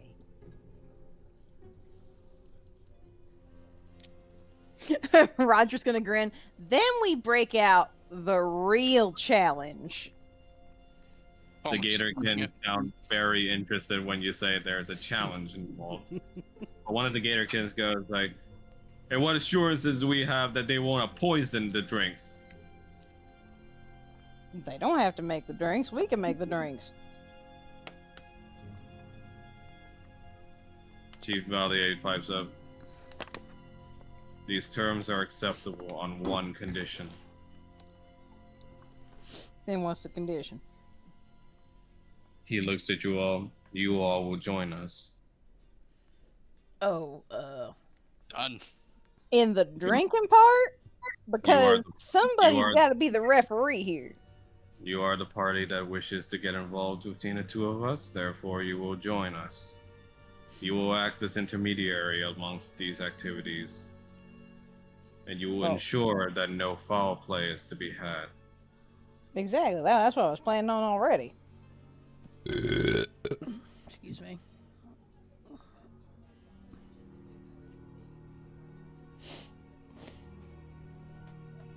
But yeah, no, Right, you see, he's gonna look over at Paul real quick and be like, if it comes down to it, and it is a tie, then we break out the real challenge. And you know what the real challenge is, because you keep trying to mark it off a list.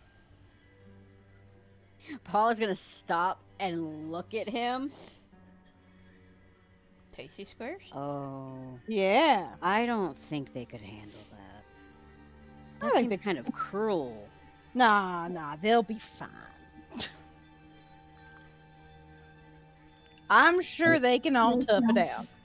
Helena looks at you. Wait, isn't that the thing on the menu? That... Paul is gonna go over and just put a wing around her. It's fine. Okay. Sandra goes like, I'm down for anything that involves drinking. You fucking wood, Tom.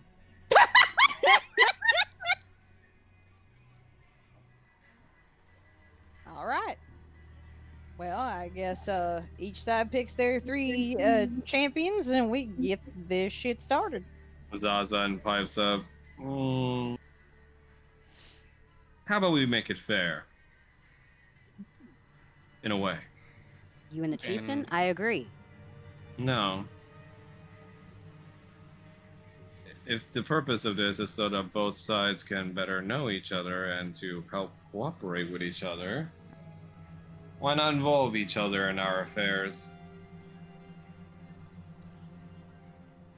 All How do you right, in mean? what way? Well, obviously, we get to pick our strongest drinkers.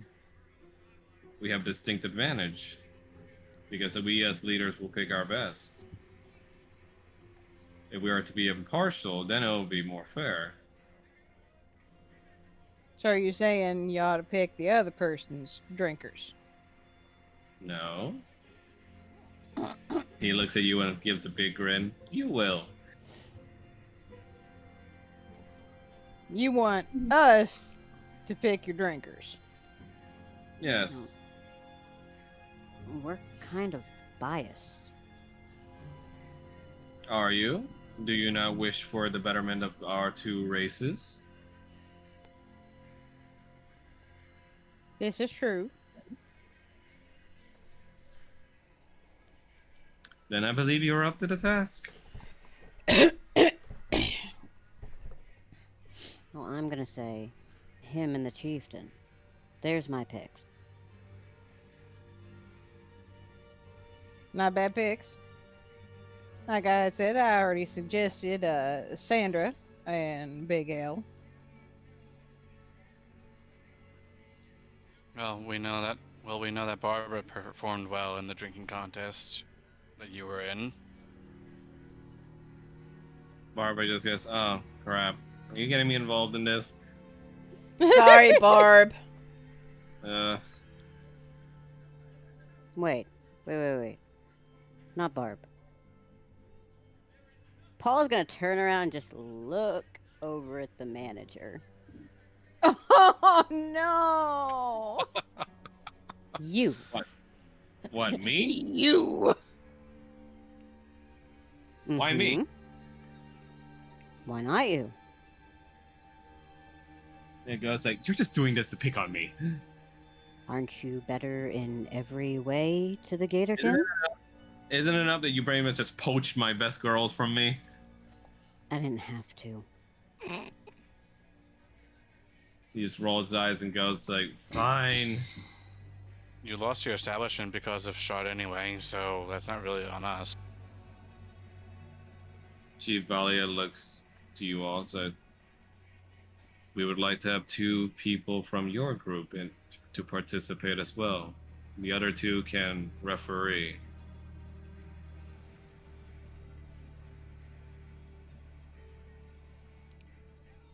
One person to each side.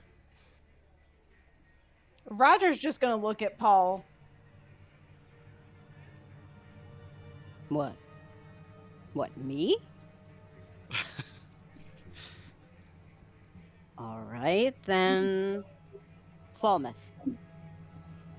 Alright, and that still leaves the 3rd Gatorkin as well. So, why not Egg? Egg just pipes in and goes like, yeah! Kanan's gonna shoot Egg like a disapproving look. What? I was chosen for this. Mm-hmm.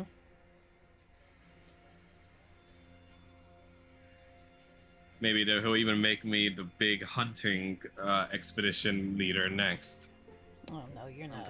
I'm pretty sure that'll still be Odalia. She's with child. She won't be able to do anything yet. Paul is gonna look over at Roger. In the kitchen, second shelf, blue book, page 27. I'm guessing that's what you want me to make. Mm-hmm.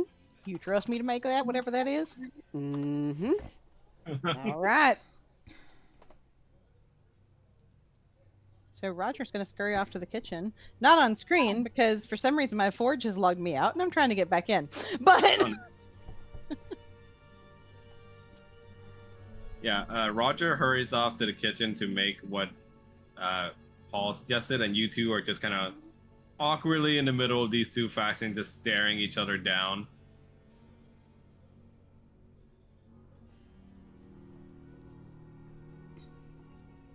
One of these skaterkins over here just shoots a dirty look over at Maxilios, and you just hear Sandra cocking her gun. Sandra. What? Just Sit. using, just displaying the weaponry a bit, you know, just This is a Put it non-violent away. competition. figure if someone got a problem with my son, they're gonna eat some hot lead.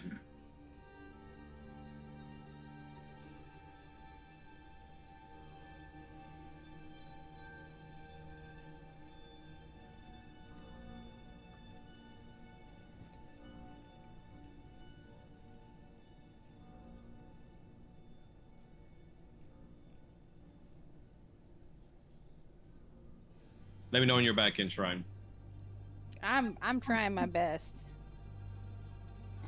Oh my fucking god, Rattles. God damn it.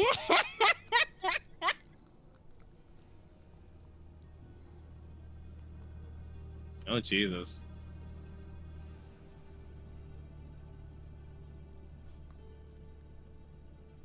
What are you doing? I am trying to get back in. It kicked me what out. happened? It just kicked me out. I'm trying to get back in. Why?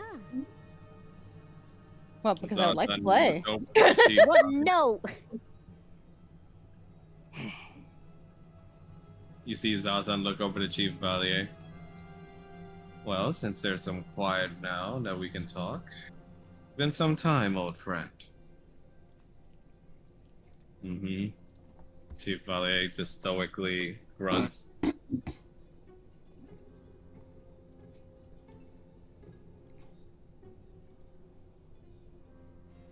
Awkward. You see Zazan pipes up. How is, your wife, Lady and Chief Valier, just so she has done her duty? Oh my god, is she dead? Are you asking that in character? No. Chief Zazan just goes, is she still, you know? You see Chief Valier closes his eyes.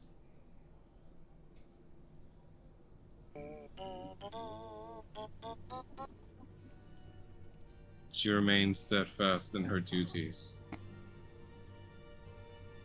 She remains missing, but I sense she's still alive.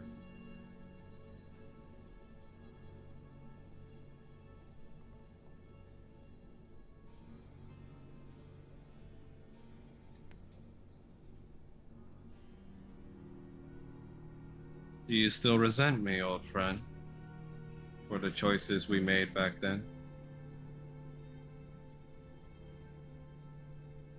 Chief Valier simply nods. Regrets are to be expected.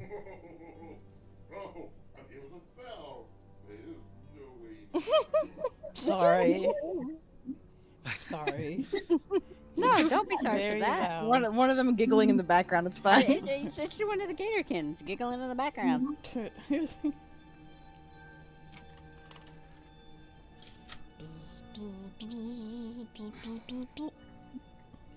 Zazan, I'm supposing your daughter still... Yes. there's no need to discuss it further. So what now? Kenneth's gonna look Zaza. confused. Zaza nods. Understandable. But she'll have to know at some point. No, what? Wait, what?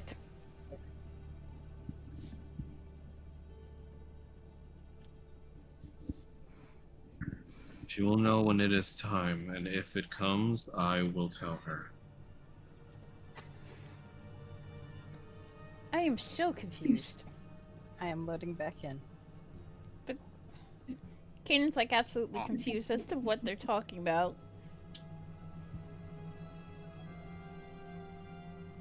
Out of Almost just respect. looking- Go ahead. Almost just looking around to the Gatorkin, but notices that Simone is still absent.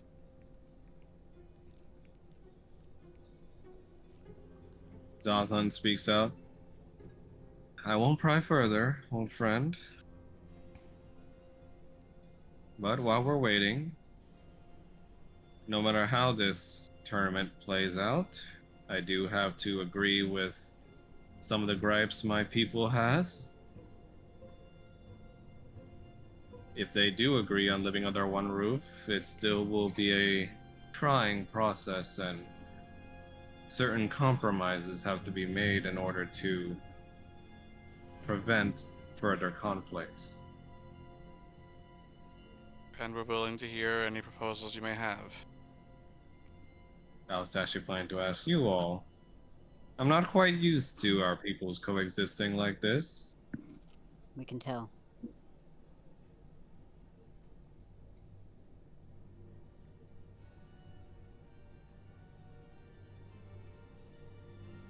Wow, it just kicked me out. Really? Uh, Just gonna port Roger over here.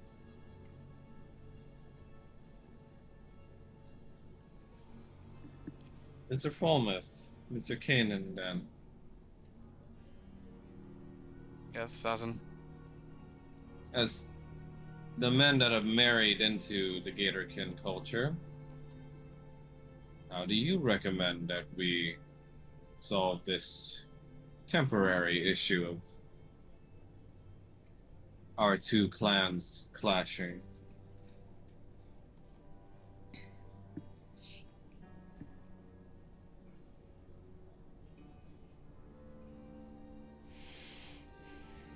Well, first it might benefit us to know what first sparked the conflict.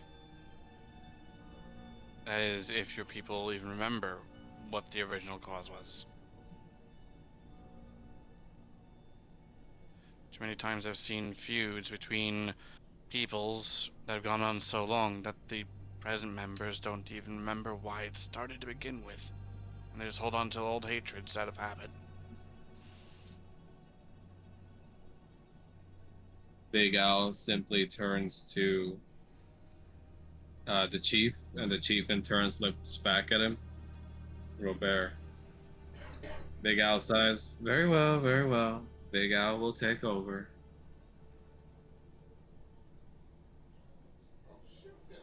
He takes in a huff of his pipe, and from the smokes of it releases what looks like to be a magically made image in the smoke of an old story and lore between the two clans. All right. Well, I suppose Big Al will enlighten you all. As you know, the Gatorkin gods are the Vodans, 6 gods of ours, all in different domains and trials and powers. You've met them, I believe. Curious beings they are. I have. Now, the Voldan long ago created the Gatorkin to be their loyal servants and also priests. To uphold the traditions of the Vodan in trickery, arcana, knowledge, light, life and nature, war, death. and our most powerful, the Tempest.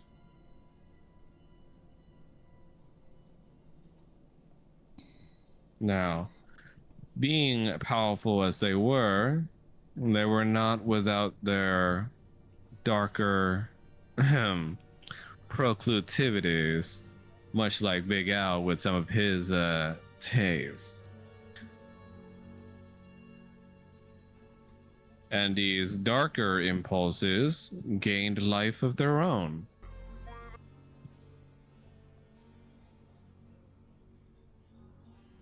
Separating from the Vodans that they belong to, 9 in part, creating a whole new being, that of the Vulpine deity, the QB.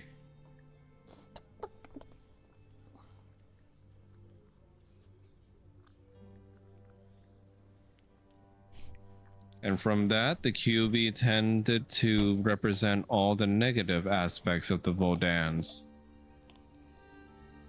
The lies, the deception, and yet also the malleable nature of all their Vodan's abilities. From this, they wanted to attain their own worship and power. So they created the Vulpines. Creatures alike from their own body and powers, able to change their shape, voice, and also size at will. Their words silvery and sweet as candy,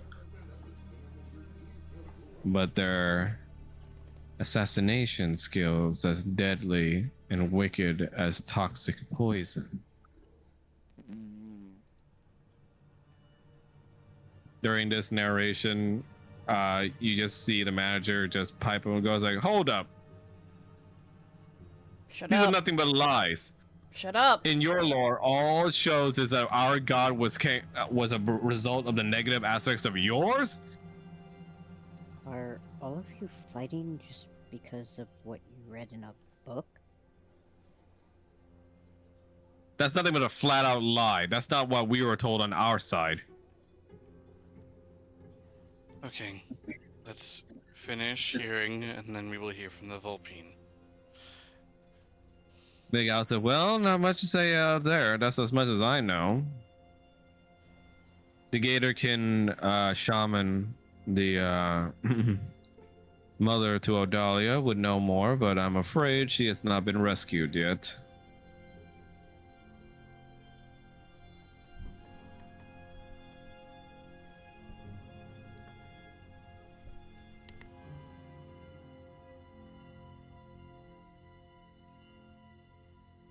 And as a result of this story, you hear the Vulpines start to clamor again in arguments with the Gatorkin over what they just heard. Hold. We've heard the Gatorkin's perspective. Maxilios calls out and just goes like, "Well, wait here. No, I mean, I'm not as aggressive as anybody else, but that's just flat out lying to people. Historical revisionism, even." That's why I was going to say that we should also hear the Vulpine's perspective, because clearly there is a disconnect.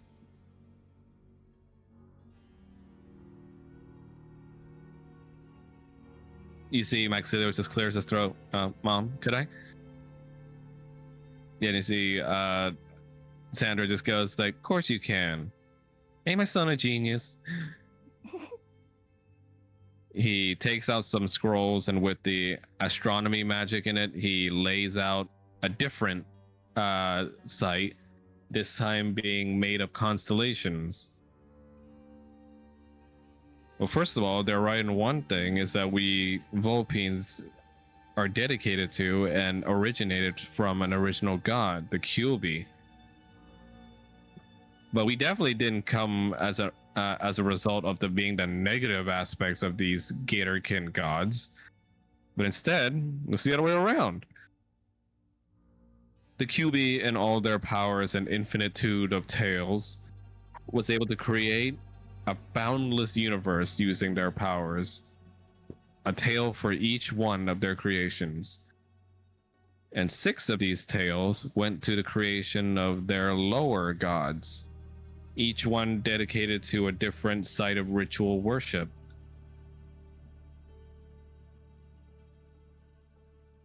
And from these dedicated sites came the different races: the Dragonborn, the humans, the elves, the dwarves, so on and so forth. Cannon's gonna slightly snort at that.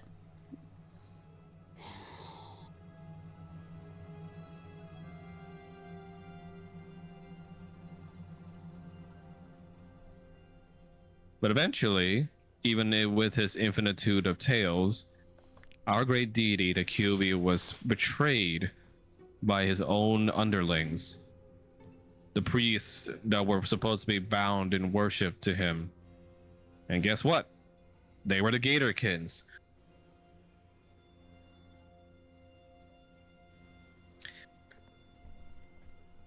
And for their great betrayals in protecting the QB and also to slay him, they were granted a curse upon his death, changing their forms from beautiful foxes to wicked, fanged beasts that live in the swampy waters. Almost just side eyes Maxilios.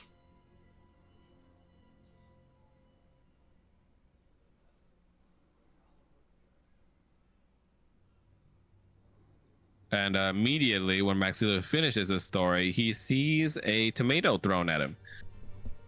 Oh god. Roger kind of claps his hands together and is like, well, it's good to see that racism is alive and well here. I have your drink. You came in just as everyone looks at Sandra. She's about to point a gun at the one that threw the tomato. Sandra. And so it's like, what? I'm not gonna let my boy there be painted for nothing.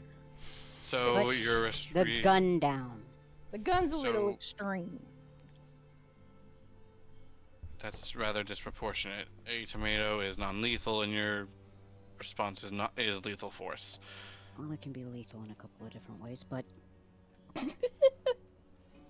Zazan puts a hand on the table. Be that as it may, as different as the myths between our origins may be, I believe it becomes quite clear to you all what the start of this conflict is. Yes? A difference in ideology. Being convinced that one is the diametric opposite of the other. I believe you Dragonborns are not completely unknown to such a feeling in your myth. Am I correct? Though I know who my creator is.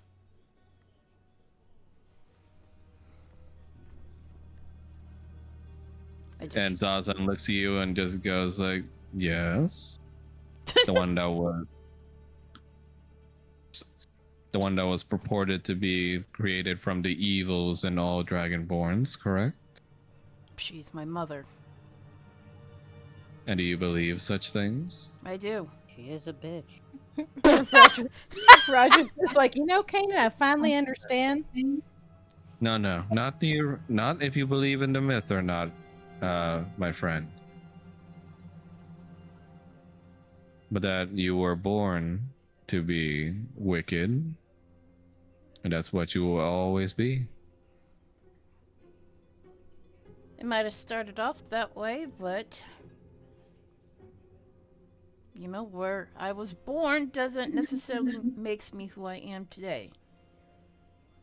Exactly. A grand statement, I would say, in purporting the new status between our two clans. No matter what our origins were, no matter what our natures were purported to be, made to be evil or not, that does not affect the people we choose to be now, Chief Valier. The Gatorkin culture is not to be forgotten, certainly. But can you not compromise to see the in-between here? Like the heroes have said, there is a greater conflict at hand. And as much as we'd both like to remain in hiding, I fear we no longer have that luxury. For our peoples are like the stone that the waves crash against. More and more we get worn away.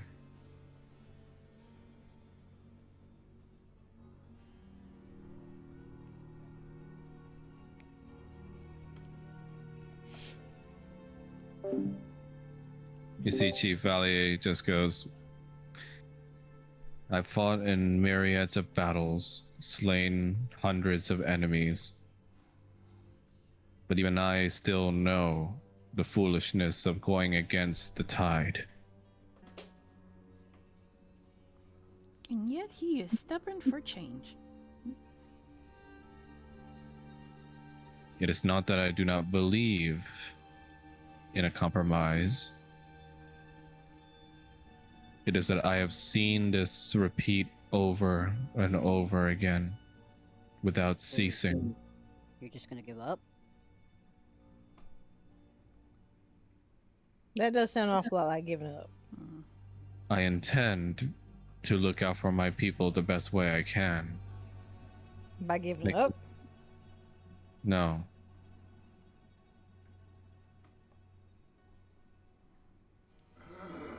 I am waiting for the right moment. Alright, well, that's boring. Who wants to drink? Jeez, Rattles. You see the chief just kind of glares at you, Paul. Look, we're all puppets here. You can either admit it, or actually make something of yourself. Paul out here being like, nut up or shut up. And what of you, hero? What about me? As much as we appreciate everything you've done for our peoples,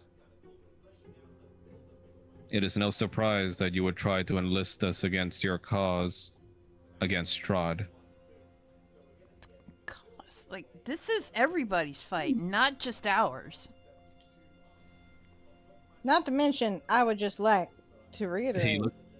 He looks at Kid and it is everyone's fight, but if my people are involved, I need to know that this isn't for nothing. Your people were always involved. We're certainly involved now, more than ever. Well, Tell has me that happened now before? and tell me now and tell me true, boy. He looks at Kanan. Will you protect my daughter? Will you win against Strahd? I don't know if I'll win, but I will damn well protect your daughter with my life.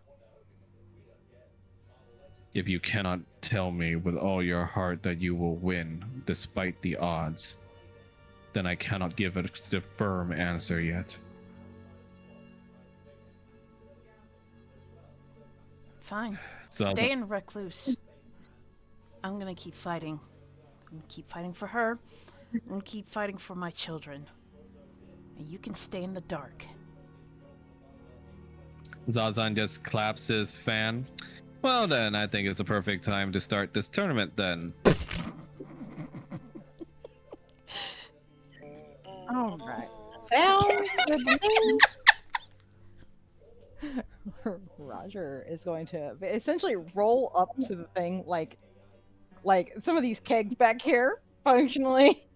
It's like, Okay, so what is in this keg specifically? Titties.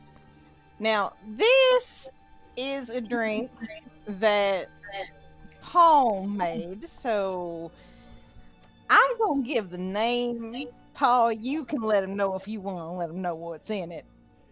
But it's called Nyambin. It's called what? What? I'm gonna put it in the chat so you can see it. Nyambin. Neambian? It's a very popular dwarven drink. Even the kids can handle it, so if you can't, I'm really concerned. You see Sandra goes like, well, I suppose it's a lot safer than drinking something made by the Gatorkin right now. You hear Egg just goes like, same for anything made by you foxes. Okay, let's Sure. get to drinking.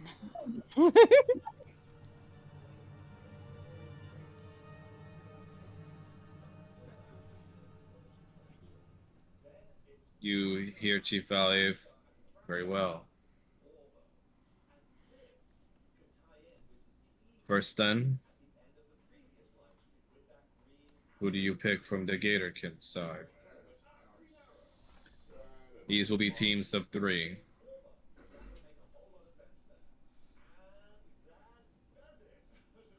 Oh, is he talking to me? All of you. Wait, weren't Falmouth and Paul also getting involved, and they were each put to a side? So isn't it 4 on 4? You guys don't take up a slot, but you guys are No. on respective teams. Yes. But you have to choose 3 people from the Gatorkin and 3 from the Volpine. We picked them. No, we though. did We before. already made our picks. I know, but like pick them again now so I can like move the Oh, people. Gotcha. Well, I already said Sandra and Big Al, personally. I got faith in both those two. What the fuck? Paul is just gonna point on over at the manager. And this one. Why not just pick Sandra? She's a good drinker. Oh, shut up. And just drink. Pick, Are you man. saying you? Are you trying to get out of this? You can't handle a two spot? It just goes like, well, maybe I don't want to have to be on the side of the people that fucked on my bed. Kane is gonna look to the manager and he's gonna wink at him.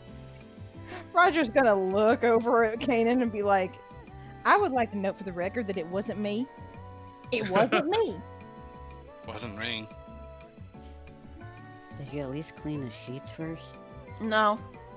The manager also says no. First, not even after, but first. God. Wow. Jesus. It's awesome. All right, then, heroes. How about the one from the Gatorkin?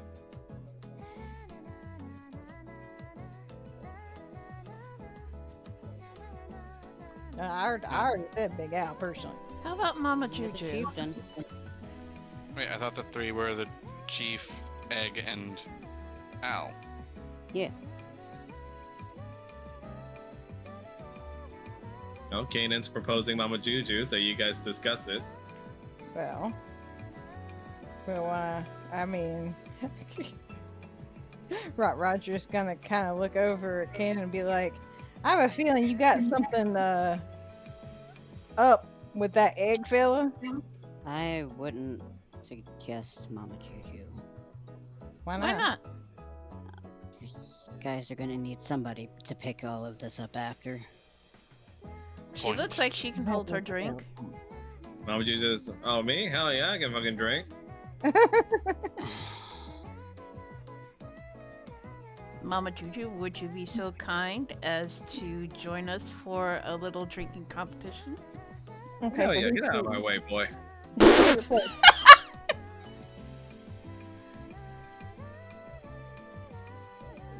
So who's she You replacing? see, out as with? she's staring at the manager across the other side, she just quietly mouths and teases him and just goes like, I'm gonna eat you. I'm guessing she's replacing Egg then. Yeah. And he just Sorry. goes like, what? Oh, I'm sorry. I'm gonna eat you thing just made me think of fucking thing in Sinsmith and Hell of a Boss with I'm gonna bite you, Billy. so Kanan is gonna use his wing, gonna outstretch his wing, and use the little claws on top to like lift his head. Go back to your seat. Egg just swipes at you and just goes like, no, No. I deserve a chance to fight for my people. You will eventually. You're doing this on purpose. He's gonna give him like a smolder. Roll for persuasion. Yeah. Give it a smolder. A smolder. The smolder. Oh, come on. Oh, that was. Can I use my gloves? Yeah. Okay. Well, wait. No, yeah, it's a persuasion check, so you have an advantage anyway. Oh, that's right. I keep forgetting. Lord. Okay. Would you like to use your glove? Yeah, I'll use it. Okay. Meanwhile, I think Roger was asking Kanan something. What was that? He was saying because we were talking about the Mama Juju replacement. Like, don't you have a thing with that fella named Egg? Like, is that why you want to replace it? Who told you about that? I just got the feeling. Look, I've been in the business a long time. Yeah, I screwed him. Thought so. Oh, just Snickers. Egg just looks at everyone just like, no, he didn't. You know I did. No, what happened was I porked your wife. No. I screwed you and then she pegged you. No. Almost just gonna immediately do sense motive. Sense motive. Insight. I'm thinking of Oh, like yeah. Pathfinder. Okay, go ahead. Yeah, he's lying. I'm thinking Kanan's telling the truth on this one. You see, Egg just goes like, Listen, when it comes to the final battle, I will make sure you will get your pot shot. he looks at you and just sneers in your direction.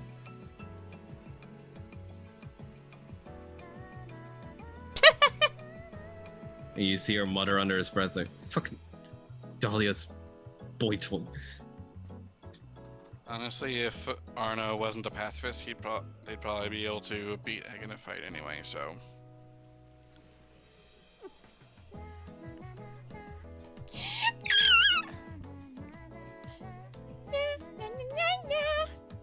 Okay, so we got the manager and Mama Juju so far. Who are the other two?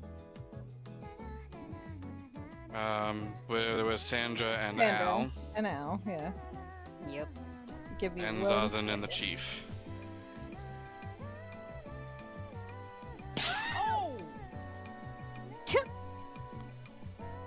Big Al just slumps over and just goes like, you really couldn't just let Big Al spectate on this one. I mean, you were Roger's choice. He figured you were probably one of the best drinkers, so. And I gave you a fancy tattoo and everything. That wasn't my decision, that was Roger's. The ungrateful youth nowadays. Take it up with him. How old is he? Are you asking him in person or? No, I'm asking you. Very old, but he lies about his age every time you ask him. Oh. Wait, wouldn't Keenan be able to tell when he's lying? No, because Yeah. it was Oh, that's right. Yeah. How That's old how are you would know you? he's lying every. What you say? How old are you, Big Al? He says 22. Oh, Lie. you're definitely lying. Hmm? You're definitely lying. How would you know that? I'm a very You got- spry 22-year-old. I just know. I'm pretty sure you're more seasoned than I am, and I'm 22. Oh, I'm very seasoned in many things, big boy. It's true. Okay, let's get this Man. competition on. Sandra just goes like, well, hold on. We still got a third person. There was Zazan and the Chief. Zaza and the Chief just say in unison, we abstain. Really? Oh, That's hold not on. an option. Wait a minute. Wait a minute. You're gonna abstain. You two are gonna. He's gonna look around the rest of the group. So y'all just gonna be fine with the two people in charge Giving up. giving up before they even get started. And not standing up You for name, y'all. you see, Zaza just goes like, trust me, it's less about giving up and less of making it fair for everybody. Oh, no.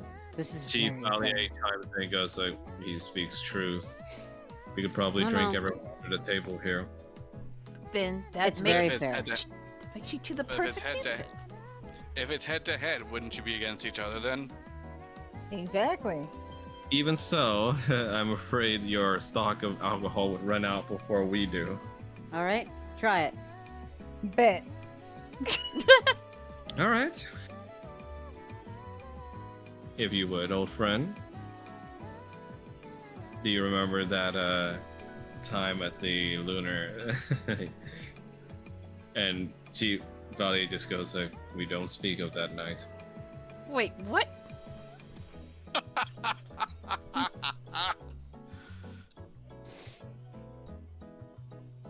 All right.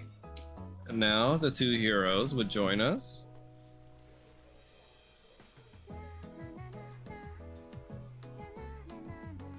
So wait, who's drinking? Falmouth and Paul. Okay. Paul knows exactly what he's walking into. Oh, thank Right? goodness. I don't have to drink again. And he burps like another, like, pink flame. It's Egg a just shame calls out, this one goes "Pussy." down smoother. What did he say? He called you a pussy. The egg just calls out pussy. When all this is over, we're gonna have a little competition. Just you and me. Yes. Yeah, a little pussy conversation. Roger's gonna like lean on the counter and be like, "Who can take it from your wife better?" I can. Okay, the I can. The Barbara confident just I calls can up. is the best. Probably just calls it. Did you get it out of you yet?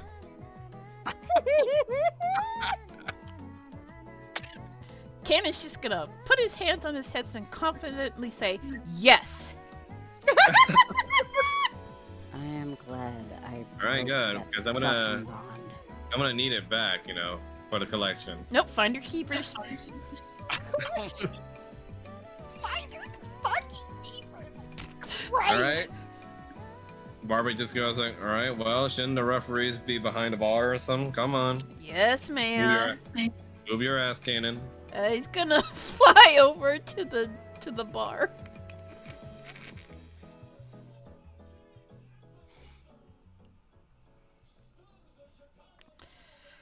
All right, so Zazan looks at Paul and Falmouth.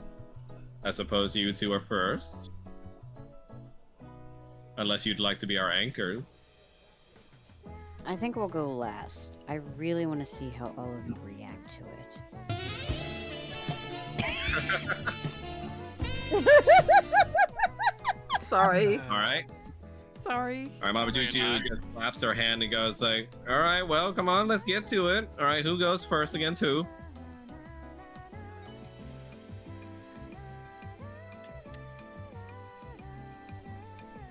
Oh, what do y'all think? Oh, let's Strongest have a warrior manager should go first. I want to right? see Mama Juju put the manager in his place. You know, that sounds I like a agree. nice idea. Yeah, yeah. The manager goes like, "Oh, this ain't even fair. Why? Can't you, You put me drink? up against, Afraid you're gonna Oh. put me lose? up against this she-beast." Oh, I'm sorry. Would you rather be up against that one or that one? He's just gonna point it at the chief and then Big Al.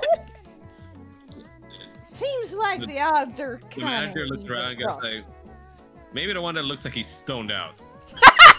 "Oh, you don't want to be up against him. I can tell you that right now."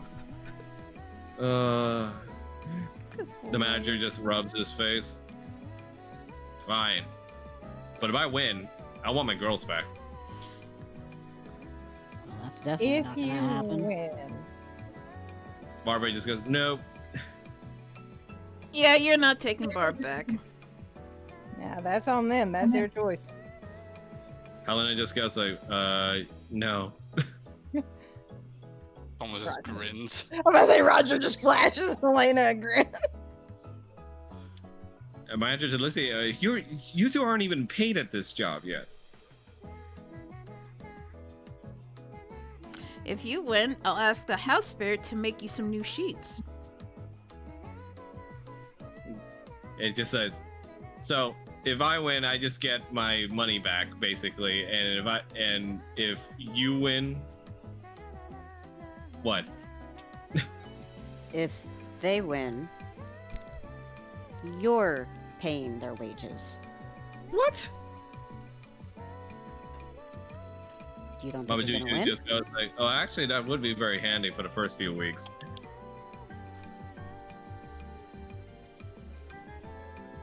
That being said, you cannot throw the competition. Damn it. We'll know. How you know? Oh, we will know. Let's see, how many magic users we got in this group? A lot of people raise their hands. Exactly. How many what? Fine. Magic users. Oh, okay. Fine. Let's go, you big she-beast.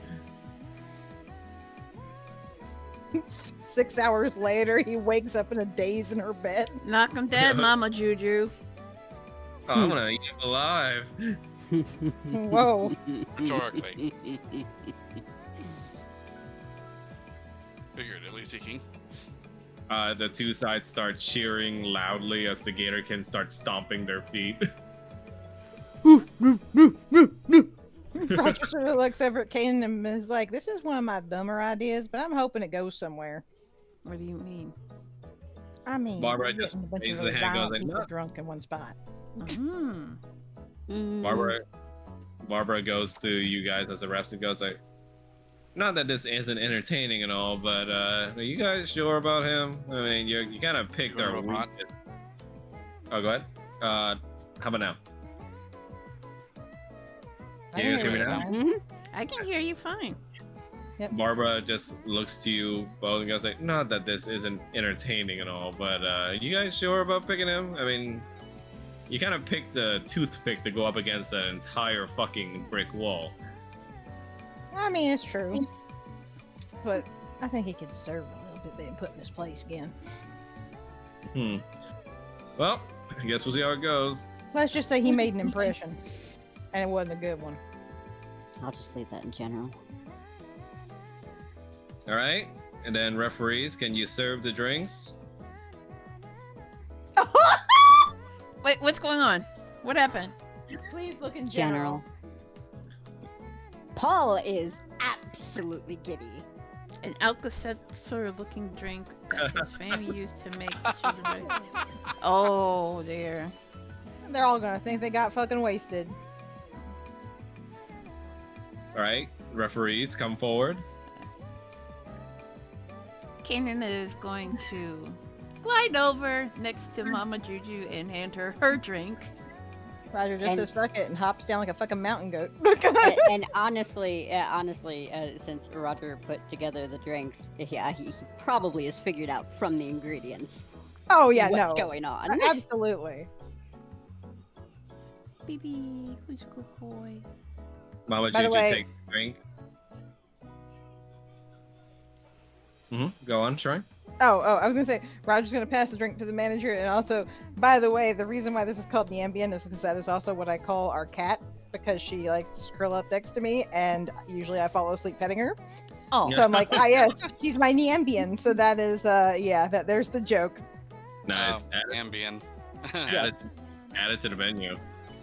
Add to the menu. You see Mama Juju says, didn't see this one on the menu. What the hell is this? Paul, you wanna? It was one of my favorite drinks growing up. All right. Is that at least alcoholic? Oh, there's some alcohol in it. Yeah. All right. All right. How about our judges taste test first, just to prove to everybody that no foul play is going on. he's gonna take her cup, and he's gonna take a sip and smack his lips. Sudsy. Roger's gonna do the same, but Roger's going to. Roger's going to do the same, but he's not gonna take nearly as big of a sip because Roger's also like, I know me and dwarven alcohol. I would like to be awake and not drunk and not asleep. You see the manager looking at it, and it just goes like, "What's with all the bubbles?" What? You don't like bubbles in your drink? Like I said, it's a kid's drink. All right. Supposed to be fun. Fine. So count us down then. 3, 2, 1, go. Alright. 3, 2, 1, go. No. All right. The two of them will start drinking, and for this particular part, I'm just going to con saving throw against each other. Ew.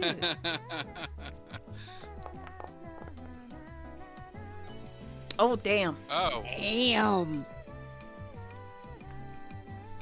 Okay. And now Mama Juju, give me a second to find her sheet. That would be unfortunate if she gets a nat 1. That would be hilarious, I'll be honest. That would legitimately be really fucking funny. The best part about this drink is Oh, you wake up with a hangover. my no. god. So she tops it all off at first when the first tankard, and you see she's not quite used to the dwarven drink, so she just burps a little bit. And you're like, ooh, not too used to something being that sudsy. That's good, right? Yeah, interesting at least. We dwarves drink. You see the manager just takes a cocky drink and goes like, ah. Tastes like shit, but I can drink more. Almost You're gonna going to. looked at, stared daggers at the manager. Hey, you all picked me for this. Prepare to get your asses beat, Crocs. Oh, yeah, I want your money. All right, next drink. Come on. Roger's gonna serve up the next one. He will do the same. All right, one more. Oh my god, Mama Juju. Come on, Mama Juju.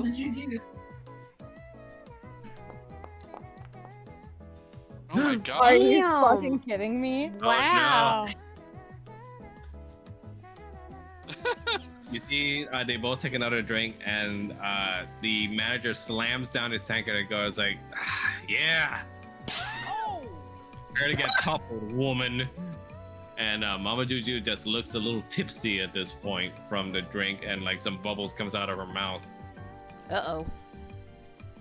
Yeah. I'll be fine, boys. Just keep it coming. He's gonna suffer the next cup. Roger's gonna slide the next cup on over. It kind of Yeah, looks so- like worried yeah, for so Mama how Juju. it works is that if their roll is like really, really low, like 10s or below, depending on how low it is, they're out. Oh dear.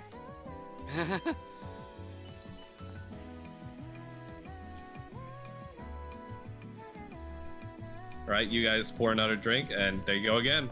I figured out why this guy's constitution is so good. Why?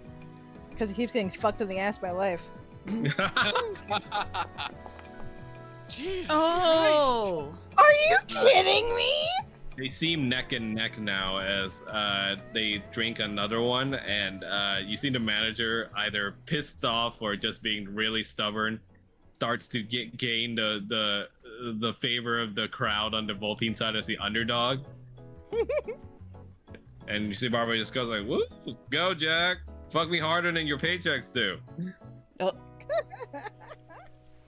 Wow. And Mama Juju just goes like, "Oh, You, that goes down a little different." you got it, Lucky's dad. Lucky's dad. All right. Mama Juju just goes like, "I ain't a quitter. Give me another one, boys." You know, if you warm the temperature a bit, the flavor changes.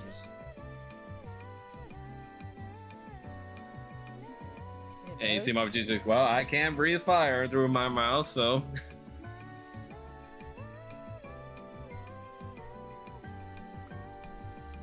After you guys pour another, they go again. Oh boy. Oh no. Oh, Mama Juju, Juju!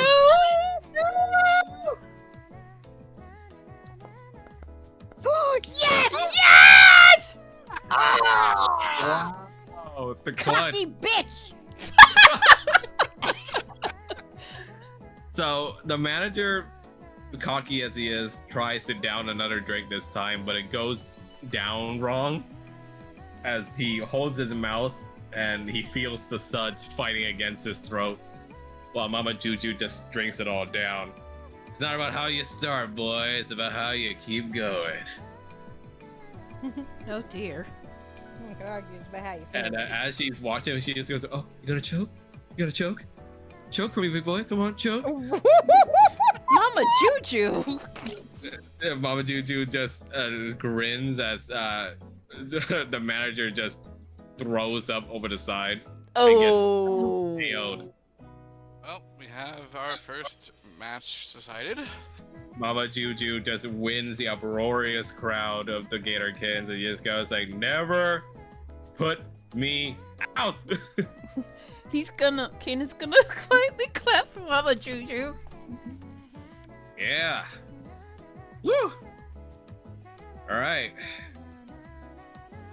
Who's gonna You clean see this Mama up? Juju, she's a little unsteady in her step now, but she manages to keep balance enough to like fall against Chief Valiant. Well, gotta give it to the guy. He certainly did better than I thought. Yeah, I gotta say, I didn't expect it to last that long. Kanan's Sandra gonna just go goes get a mop. Sandra just looks at her and goes, "It certainly lasted longer than when I'm done with him." Wouldn't- Barb. Wait, wouldn't? Roger just be able to do prestidigitation. Roger just gonna press the Oh, presentation. okay. Him, that's what magic's for. Barbara just looks at her and says, "I'm not cleaning him up." No. How much was he paying you? Like about 15 gold per. Yeah, we'll double that. Nice. Coming out of his paycheck. You kind of see him just groan against the floor. He just goes like, "Not fair." Hey, you did pretty well, all things considered. It lasted longer than my brother's. Give me my girls back. No. The girls don't want to It go wasn't back. the deal. Fuck you. What? Oh, thank you. I don't think anyone would feel it. You see Maxilios just drags him away.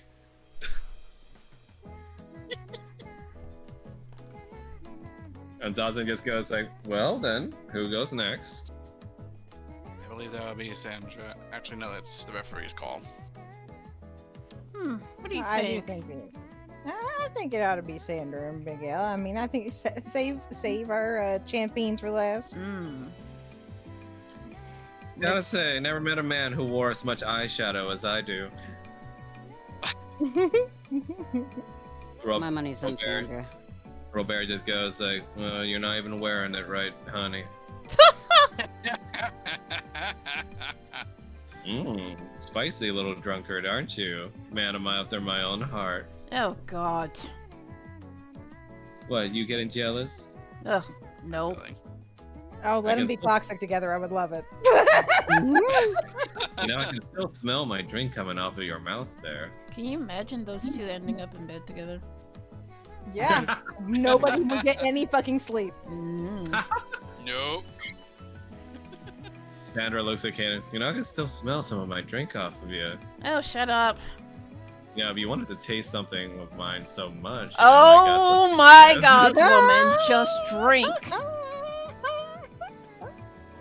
All right, well, pour it then. Are we pouring the same drink, Max? Yes. Okay. Yes. So he's gonna Everybody's pour. getting the Niambian Yeah. tonight. All right. So Kanan pours the Niambian for fuck. What? Not for me. I'm no, not drinking. No, for God, I gotta say, wow, I am brain farting. Big Al. Oh my gosh, I actually brain farted. He looks at you and goes Oh, like, God. he looks at you and goes like, "Don't pour much for people, do you?" No, it's not that. I think her drink actually made me have some temporary amnesia. And he's gonna hand him his drink. Yeah, you see Sandra just goes like, "Yeah, it'll do that to you." That's dangerous. That is dangerous. I do not like that idea. You see, when you hand her the drink, Roger, she intentionally puts her hand over yours before she takes the drink. "Thank you, honey." You're welcome, Paul's gonna kill darling. her. Paul's gonna skin her. Paul just rolls his eyes. And you see Sandra, as usual, gets distracted and goes like, you know, your little boyfriend wants to have some fun. Darling, you're supposed to be drinking up. Hey, I could be Sean. drinking something else. Yeah, I know you're good, but you're supposed to be Yeah, a drinking couple more cups of that. up. Dahlia just stomps his foot and goes like, move on with it. And Sandra just goes like, all right, jeez. Right, whenever you want to count down, cuties. All right. Wait. 3, 2, 1, go. All right, so we're gonna roll for Sandra first. Yeah, Of Yeah, that course. figures. That sounds. Yeah, that sounds. That tracks. checks out. Right, now Big Al. Oof. Oh my, Okay. that was so close to a nat 20. Okay. I mean, that's still respectable with his con mod. You see, they both calmly just drink it, and they don't even have a response to it. It's like, you drink a lot too? Robert just goes like, back in the old days. Robert only drinks finer drinks now, but I suppose this, what the hell is this again? It's Nyambian. an ambient. No, I'm gonna call it something better. How about, Hi, welcome to Chili's. What? how about a virgin's kiss? Yes, that sounds a lot better. Oh, I mean, that would be word. That'd be a word that works. Yeah, sure. Why not? All right, pour the next one, boys. he's gonna pour And, his drink. They're gonna do it again. Oh Oh dear. no. Oh, that's still okay. Oh! Oh, Oh, they're still fine. the dice Neck and know. neck. The dice knows it's like in my game. Yeah, Genre Sandra. savvy dice. they're starting to get a little affected as they twitch a little bit. And Sarah just goes like, "Oh, you're not tapping out on me yet, yeah? I like my partners to last a little longer." Oh god, Sandra. Yeah, actually, they yell stuff like that. Oh, can you Welcome not? to that one. Big Al just goes like, "Yeah, you're a little bit of a slut, ain't you?" Oh, wow. Sandra just goes like, "I just know how to have fun." I wasn't Big expecting him to say that. Big Al just goes like, "You're honest in your own way, girl." Big Al can appreciate that. See, you're like, I wasn't going to say that. I was like, I would almost expect him to say something like, you're a bit of a tart, aren't you? You see Big Al start smoking on his pipe a little bit. No, come on, keep it going. He's gonna pour his drink. Pours the next drink. Oh my god. Oh, Sandra with the same roll. Oh my Jesus. god. Oh! Oh, I love this. You see, they both drink almost in unison, and they both tap the table at once. And on the Volpine side, you can go Sandra, Sandra, Sandra. And on the Gator King side, you see them stomp their feet like Big Al, Big Al. This is exactly what taking Seroquel feels like. You see, it's Sandra just goes like, "Come on, I know you want to quit. You can't outdrink me. All the brothels in the Volpine places know me." That's. I wouldn't consider that bad of a badge of honor. Big Al just scoffs and just goes like, "I'm drinking." Hooray. he kind of quietly just like almost like burps in his own mouth. Big Al has had worse. Kanan is gonna pour his next drink. You're right, just going to go ahead and pour the next one. Oh! Ooh. Oh!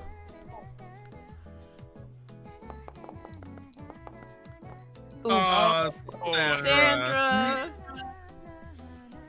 Oh my god, the Gatorkins are crushing right now. Yeah. Yeah. They take one last drink and they stare at each other almost like a showdown style for a while. And eventually, only one person falls over, and it's Sandra, unfortunately. Oh, Not gonna lie, I thought you were gonna say like she just snores, she's asleep with her eyes open. Yeah, Sandra already falls over, and Maxilla just goes like, Mom! Jesus, someone actually beat Mom? Paul's gonna look at her and just kind of be like, "Damn, if she had won, I would have actually given her permission." Oh, wow! And Sandra's goes like, huh? What was that? 5 more minutes, please. I still haven't gotten the stains out. oh. It's a minimum of 8. Come on, Mom. Okay. Big Al just stands up and blows out from his pipe. Bring me a better challenge next time, boys. He's just gonna roll his eyes. This is a big shot. Alright, Zazan is not looking good for my team. You just find him later in the bathroom asleep. So, who will be the third challengers? What do you think? I mean, personally, I think the Chiefs ought to go next.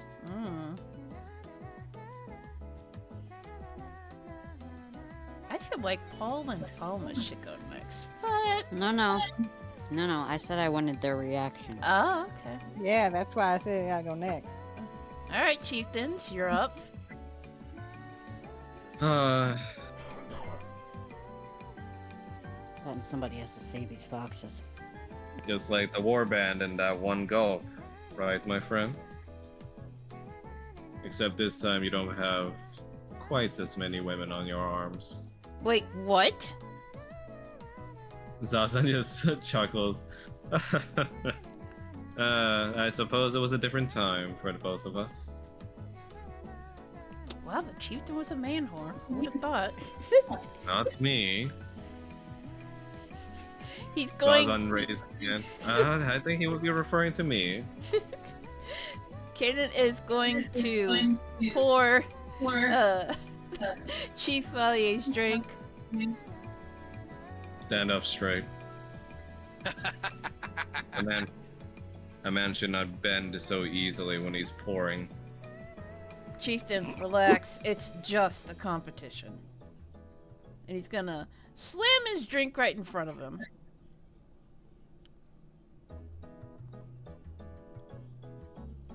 Zazan just looks over to Roger. Whenever you're ready.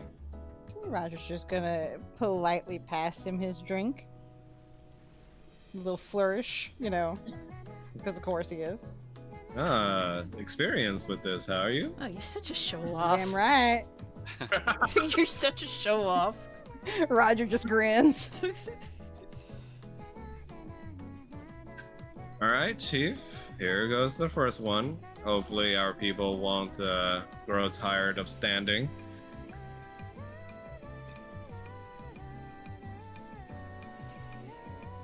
You see the Chief and Zazan start drinking right away. And I'm gonna roll for Zazan first.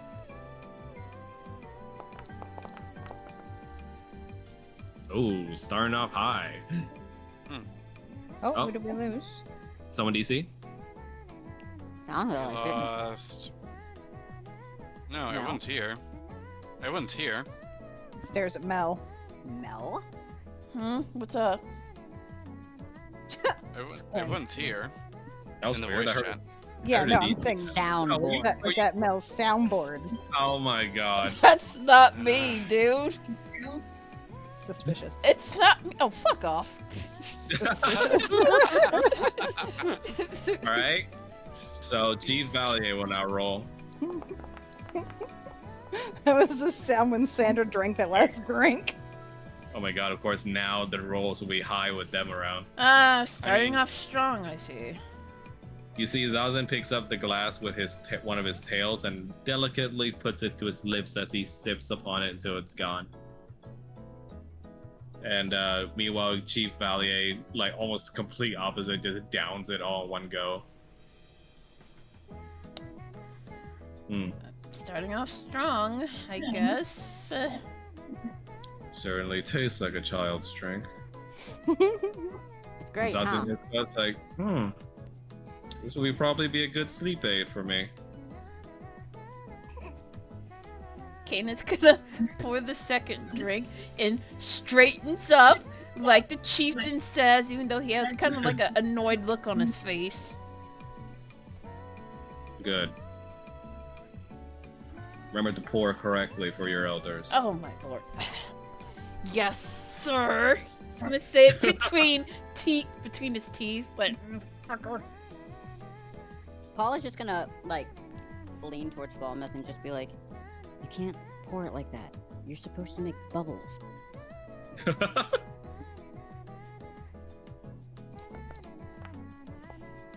Good grief.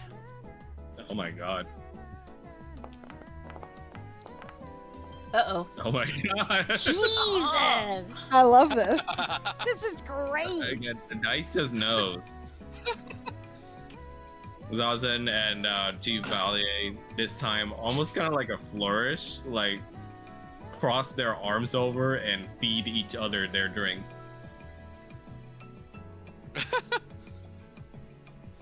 Show offs. Apologies, we couldn't help ourselves. Right. Right. When we were- When we negotiated back in the day, during our wars, had to have a few drinks amongst ourselves. Why didn't you lead with that? Hmm? Why didn't you lead with that? What? Well. I mean, we're getting kind of tipsy. Can- Kanan is going to pour the next drink. Roger's gonna The Chief Valier just says, "Yes, and back then you were an incorrigible man whore." Zazen just goes like, "Sorry."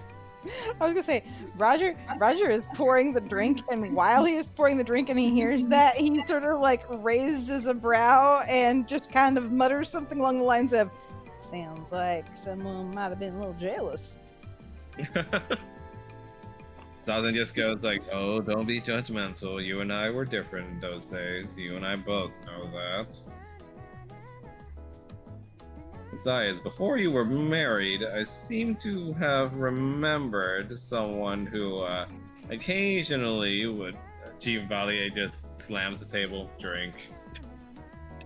No, I gotta hear this story. Zazen just goes like, "Fine, after the drink, if you're still up, friend." Oh no! Oh. I think he psyched them out. Yeah, he did. Oh. That's hilarious. Oh, jeez. Chief Valier, distracted by the stories of this clever fox, decided to drink it, but it looks like he's staying strong, but it looks like it went down the wrong way, and he's already like grinding his claws against the table to stay up. Zazen just goes like, "Not to perpetuate the stereotype, but I am quite smart when I want to be, aren't I, old friend?" You do tend to wax nostalgia sometimes in the moment of it. There's no shame in giving up now. You see Chief Valier he's going to roll a death saving throw. Oh God. A what? A death saving throw. He's that committed. Oh, I'm not actually going to kill this man.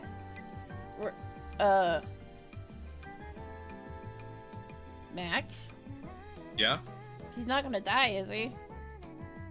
No, but I'm using it as almost like him like trying to second wind himself. Oh, okay. I was about to say. Could you imagine? Well, we killed him. Sorry. it's not letting me do it unless it's HP is 0. Hold on, I'm gonna make it 0 real quick. Oh my god. Don't worry. Wouldn't that just Kanan, remove his it's just toe? like how Paul and Kanan had to die at the same time for just the second. Okay, his first roll successful. No sex for 2 years and gets 700 million. Second roll successful. I'm sorry, 700 million sex. $700 million. Nice. If you don't have sex He's for 2 sur- years. He is now stable. He slams the table hard enough to like almost flip it. Whoa. It just goes like, I do not surrender. Zazen just smirks. I figured you wouldn't. You know, Roger's friend, going- if you would put as much tenacity into trying to overcome your traditions, I feel like your daughter would be a lot happier. And you see Chief Valley kind of like he doesn't react much, but his brow twitches when Zazen starts mentioning his daughter.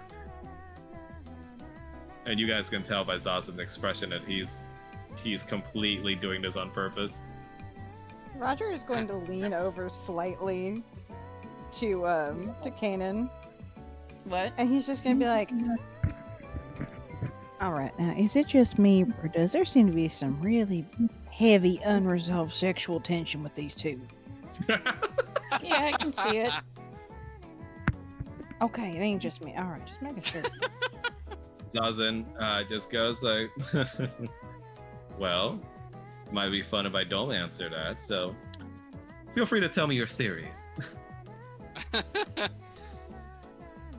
Now, I believe Chief Valier is quite stubborn, so pour us another one. Roger goes ahead and You hear next Agnes one. goes like, you can't fall here, Chief. Kick his ass. He's gonna pour the chieftain's drink. This time the Chief simply looks over to you and goes like, how is she? She's doing okay. She just needs some Is it- food. Is the child okay? The child. Wait, you mean my son or? I mean the egg that you failed to tell me about. Oh, 2 eggs, actually. But yeah, they're doing okay too. What a time to get that news, Grandpa. Pour That shocked me, even more. pour me 2. Oh, Pour me too. are you? Zazen just looks at you and goes like, oh, well, raising the stakes, are we? Are you You're not trying to just... sure about that, Chief? Roger just I goes ahead and said, give me 2. All right then. He's gonna pour. Zazen just goes like, well, I suppose in the interest of fair play, I suppose I can do 2 as well. He's gonna pour him. Paul, meanwhile, in the two. background, just looks slightly concerned. Roger goes ahead and pours too. Yep. Right, so both of them are gonna roll twice.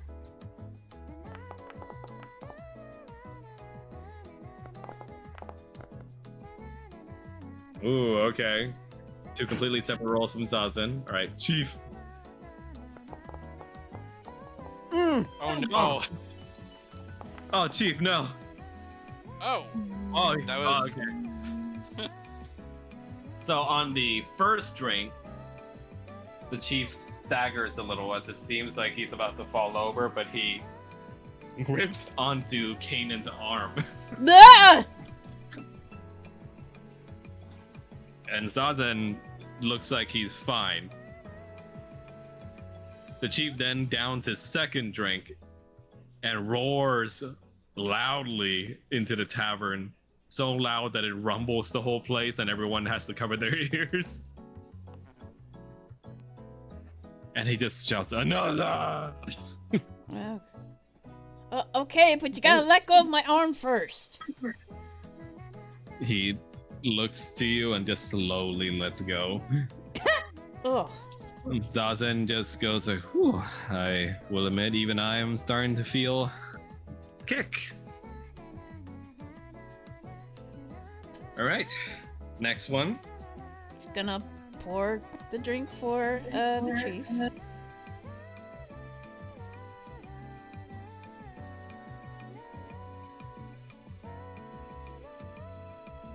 And Chief Valier looks back at Zazen.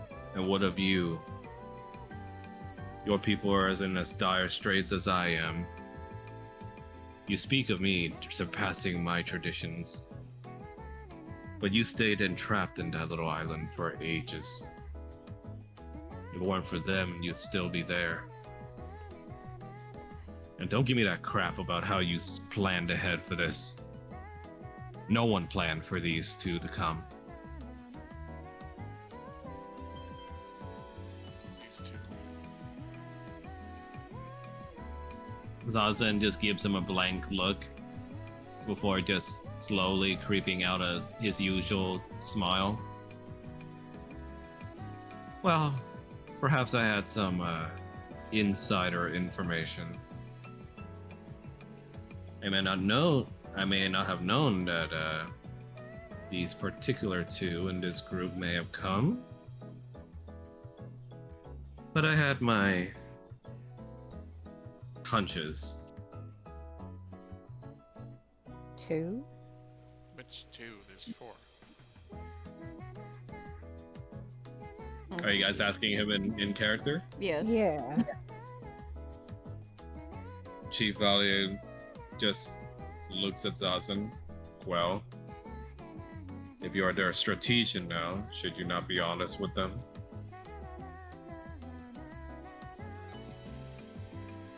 What he refers to is, well, you and Falmouth, Mr. Kanan. What about me and Falmouth? A little birdie had given us a vision of your arrival. But the you're not. This guy with the ravens. Yeah. No? The little sparrow that was trapped in her cage until you sprung her out. Kanan's just looking absolutely confused. Senna? He looks at My Falmouth. sister? Exactly. Exactly so.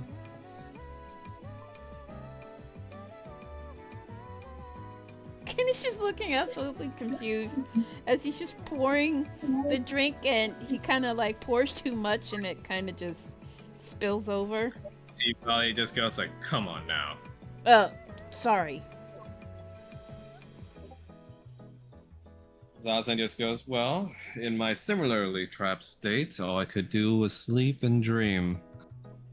And in my dreaming state, it appears that your sister's powers allowed her to reach out."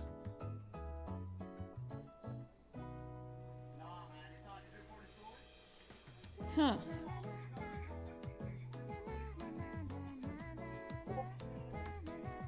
He's just looking a little dumbfounded.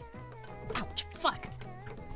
There were What? strange Sorry. There were strange visions at first, but I got the message eventually, which is why I sent you all on those islands. I wasn't sure which island she'd be on, but I'm glad you found her. Yeah. Me too. As for you, Sir Falmouth, similar visions, but from a different source.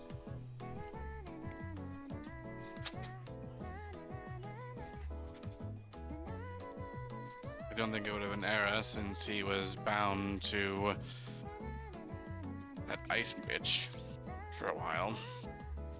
Not him. Some close to you.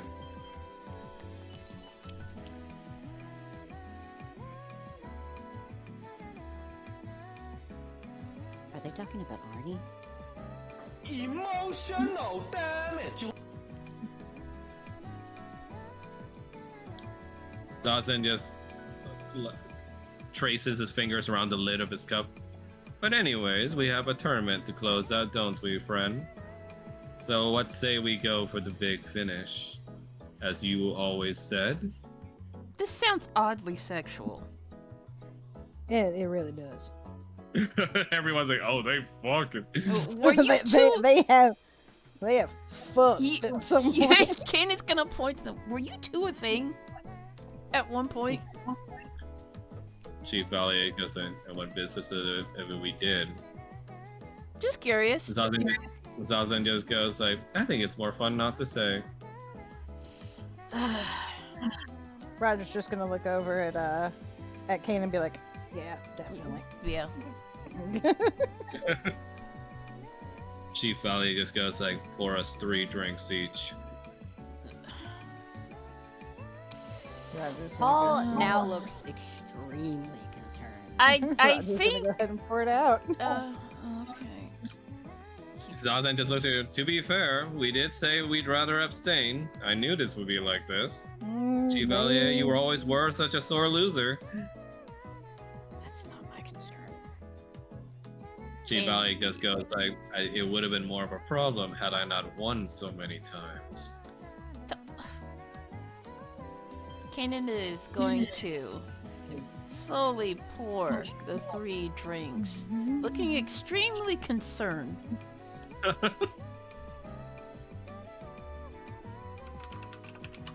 Roger's just gonna sit here and pour him with a little flourish because, you know, why not?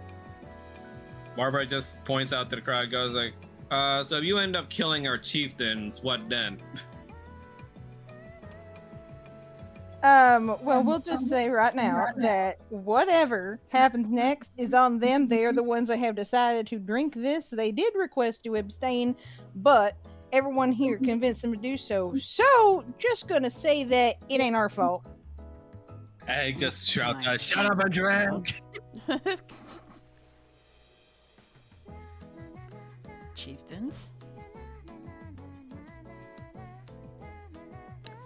You see they stare at each other quite aggressively while they both drink, and they keep eye contact with each other.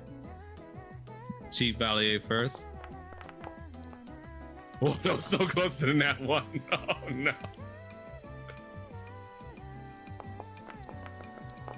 Oh no. Oh, you shouldn't have said anything. You jinxed it. Cock. Unless he also has the death saving throw to get a second win, as Valia did. Chief Valier just drinks it down, and like you can see him groan as his scales seem to like almost shake as he like endures it within himself. Everybody You gets can a see- heartburn. You can see him starting to flex his muscles a lot more. Kanan's gonna blush at this.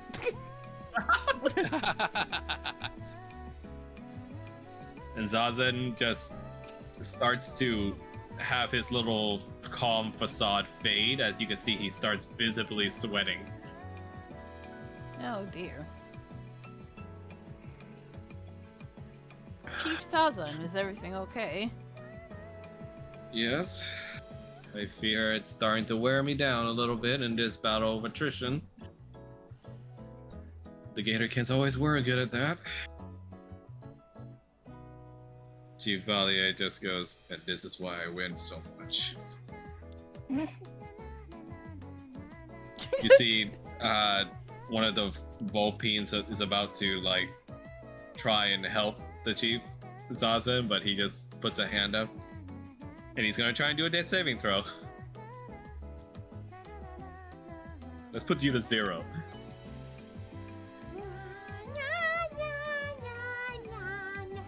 I am very much curious as to why Paul is getting so concerned, though.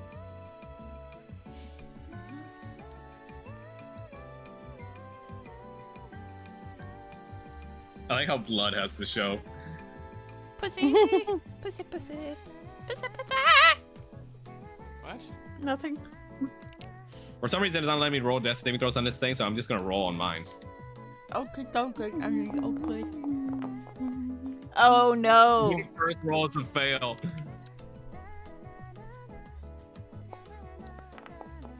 Oh no! Dice know so hardcore. I thought it was Zazen who's rolling the death saving throws. It is, but it's not working on Zazen's sheet. Oh, okay. Zazen, please. Gotcha. Oh no! Are you serious? Zazen looks to endure it a bit. He takes a sigh and he just goes, "Ah, well played, my friend." And he falls over, but his tail seemed to wrap around and make a little cushion for himself when he falls over. Oh, brother.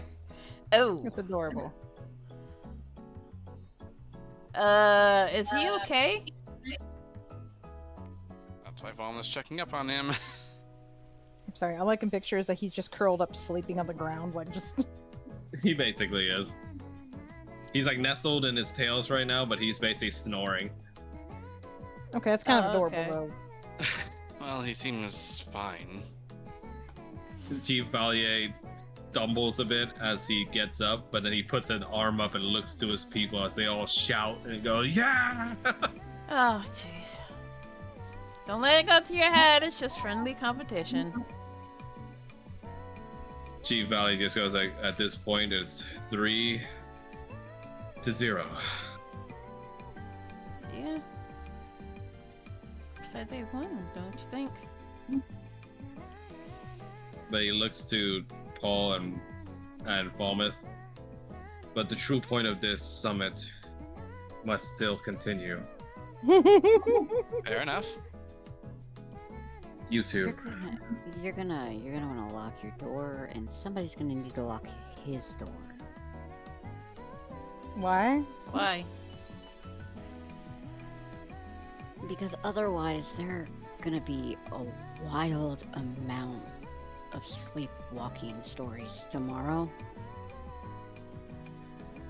Oh, is that a side effect? When you down that many, it's either hallucinations, sleepwalking. I woke up in the kitchen once making food. Okay, noted. You guys hear a strange voice from the crowd somewhere. They just goes like, "What? No locked doors. There's no need for that." Lavinia. Who said that? I first thought is Lavinia. Get out of here. You guys don't know where the voice came from, but you can try and roll perception to see. Oh my god.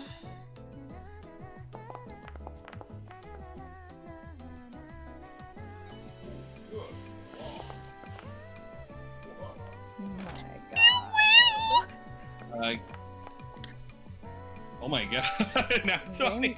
Paul or fucking Roger sees. Roger and Kanan, you guys see from the crowd the glint of a small little pair of goggles as she goes from crowd to crowd pretending to be one of them. And goes like, "Yeah, I mean, we're all safe here. There's no need for locked doors." Oh my god, Lavinia. Where is she? Where is she exactly? With the nat 20 from Roger, you spot her like hiding around here, like in between these four. Kane's gonna jump and land right behind them, and he's gonna push them, and he's gonna grab Lavinia. It was like, hey. Considering she took a scale from you while you were sleeping in the church, yeah. Wait, she what? I don't know what they're talking about. Which she would you really know is a lie. Didn't we talk to you about consent? Like, I understand, but to be fair, you didn't have a problem giving me the scales the first time. So I figured it was okay the second time. Because you asked me first. Well, maybe I did ask. You were just too asleep to hear it.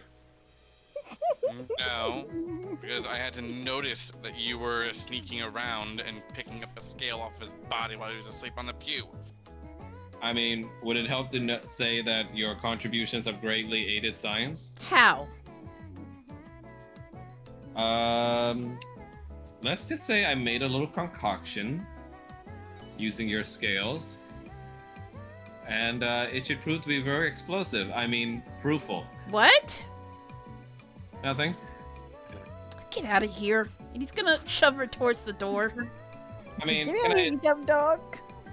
can I at least get the sample from the barf? No.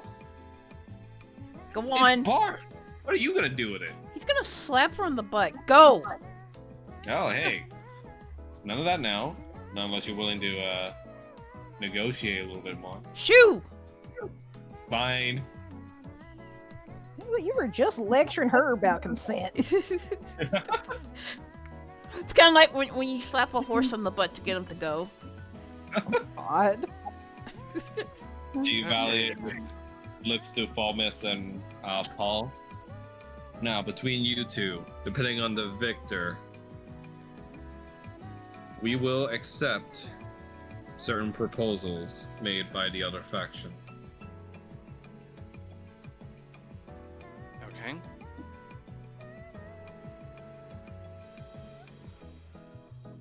If Falmouth wins, then the Gatorkin will propose their compromises first.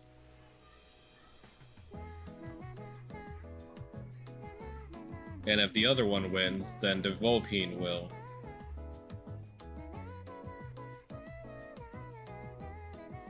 Fair enough. Paul is gonna glance back to the Volpines and just be like, "Sorry, guys."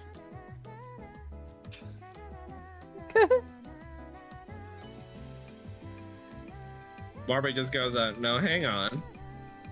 What's it matter of whose proposals to be heard first? Why not just make it a little juicier? What? Oh no. Barbara just goes shrugs and he's like, all I'm saying is if we're on the last rung, you know, make it a little exciting.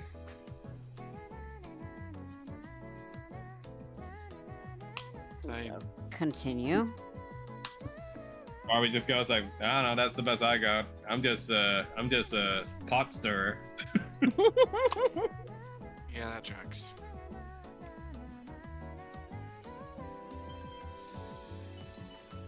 G Valley looks to the referees. What say you then for ideas? The crowd seems lively with grandiose clamor now. It would be a shame to disappoint them in this moment. Roger looks at Kaden like, you got anything? Nope.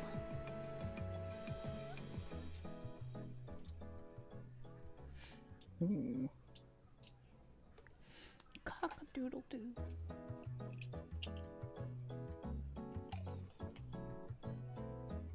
Oh my gosh.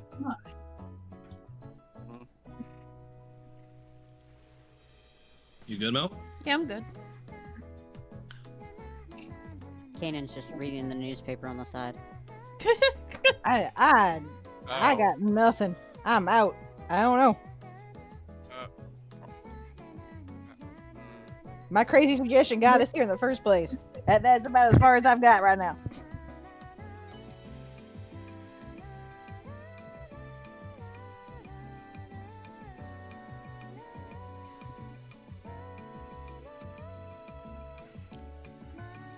Max. You know, is there anything that anyone would want as something they can win for this challenge? It's a very vague question.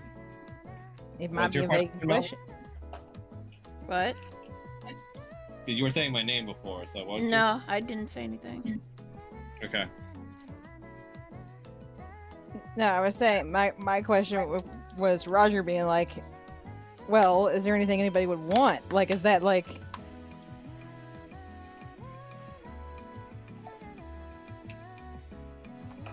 You hear the manager just goes, I want my girls back. You're not getting When them get the back. girls back. They're not your girls.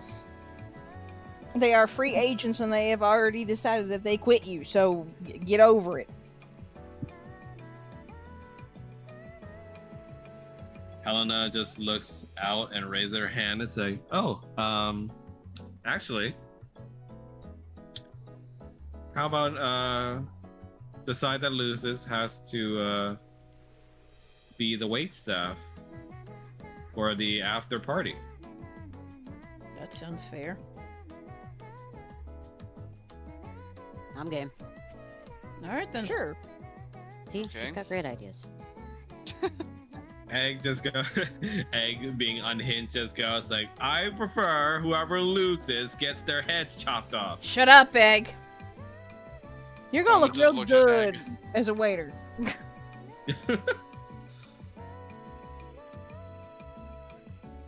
Sandra just goes like, in which case, Paul, you better hold up, cause I mean, a little vacation for being a waitress would be nice. Sorry? Wait, since when was Sandra a waitress? I mean, Oh, sorry, Barbara was Barbara. saying I was gonna say, I mean, no promises. that. Helena just looks at you and goes like, you can do it. Woo! I, Mama just shrugs.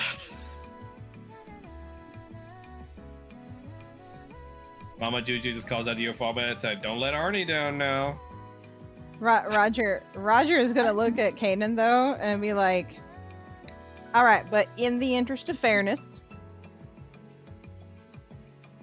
we have to swap sides. Swap sides. As in Roger Forster Falmouth and Kane and Forster Paul. Exactly. That works for us. Mama Juju just then lights up in her expression. Oh, Mama Juju got the perfect idea how to make this more spicy. Oh, dear. Oh no. Didn't you say there was something about a real challenge in case there was a tie? Oh yeah, well we did. There is a real challenge. How about we just use it now? no. We could use it right now. No. I'm No, sorry. Roger. I'm sorry. Darling, are you saying That- you ain't up to the Those- challenge? That wasn't. Yeah, that wasn't the original plan. It's not the original plan. I The was plans thinking change. of This challenge. Why do I feel like this is deja vu? Roger's gonna lean in and kiss him on the cheek. You guys hear another familiar Don't voice even again know saying how like, much we're gonna- I think that's a great idea. We should totally do that challenge. Era, stop. Era just looks at you and goes like, that's not me. Woman, didn't I tell you to get out of here? You just hear like, Okay. the dragon guy's talking to himself. It's one or the other. Roger's gonna look around at everybody and be like, all right, should we put up to a vote? Because I have no idea how both of those are going to interact with each other.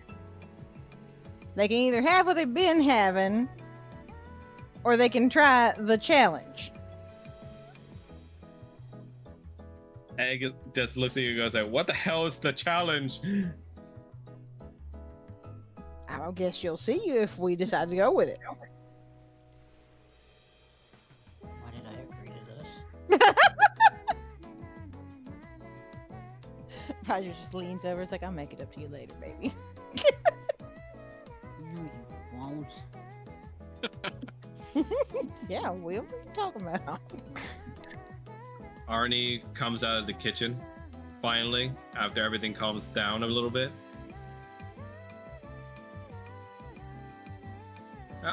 Whatever we're involving ourselves is going to involve a health crisis. Can I be notified first?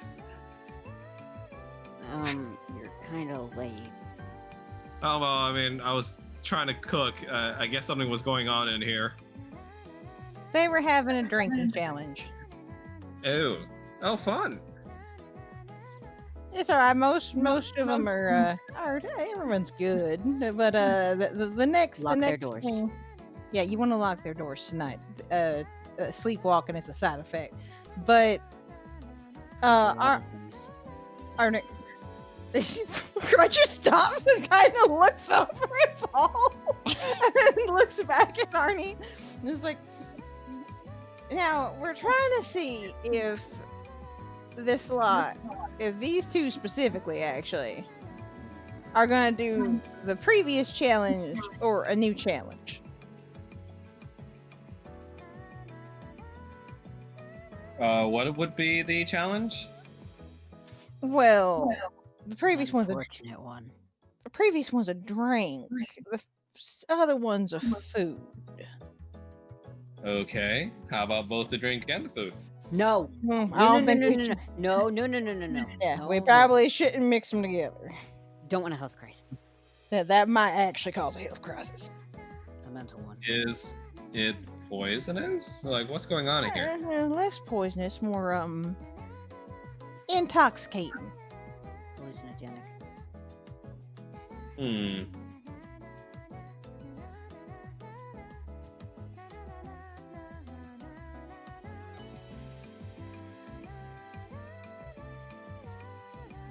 She looks over to Falmouth. Well, my love, are you gonna be Whichever- okay? I'll be fine. Whichever is decided upon is something I will abide by. You are far too calm about this. And Arnie looks over to Paul. And you're okay with this? Uh-huh. That's a long answer that means no. He's not, but he's doing it anyway. I suppose I'll have to get some of the spring water on standby, won't I? Yeah. Probably. All right, I'll just have a seat right here. Don't die now. I mean it. Seriously. As He long as we're not shouldn't. combined, we should be fine, I think. Yeah, he shouldn't die from this. So, But we do need to call it. Which one is it? Food or drink?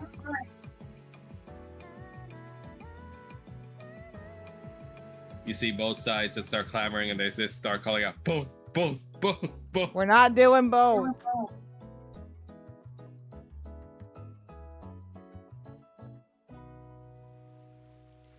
We ain't trying to kill nobody, so we ain't doing both. Chief Valley just goes like, well, the referees will decide then.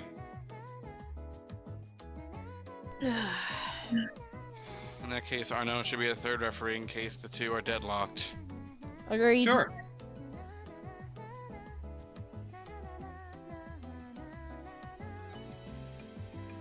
I'm just gonna take Arnie aside and explain what the two options are. Oh dear. You mean that's the thing that... Uh-huh.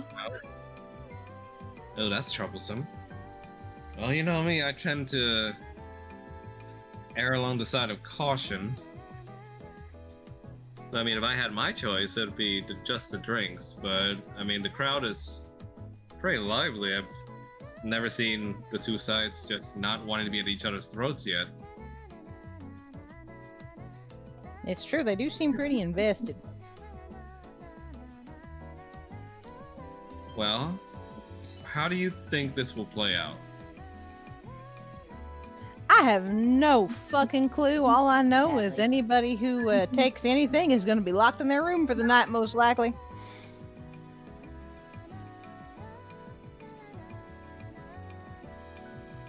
Hmm. Why don't you just flip a coin? You know, Well, we yes. could do that. Well, let's do it then. Paul, Falmouth, call side. Tails.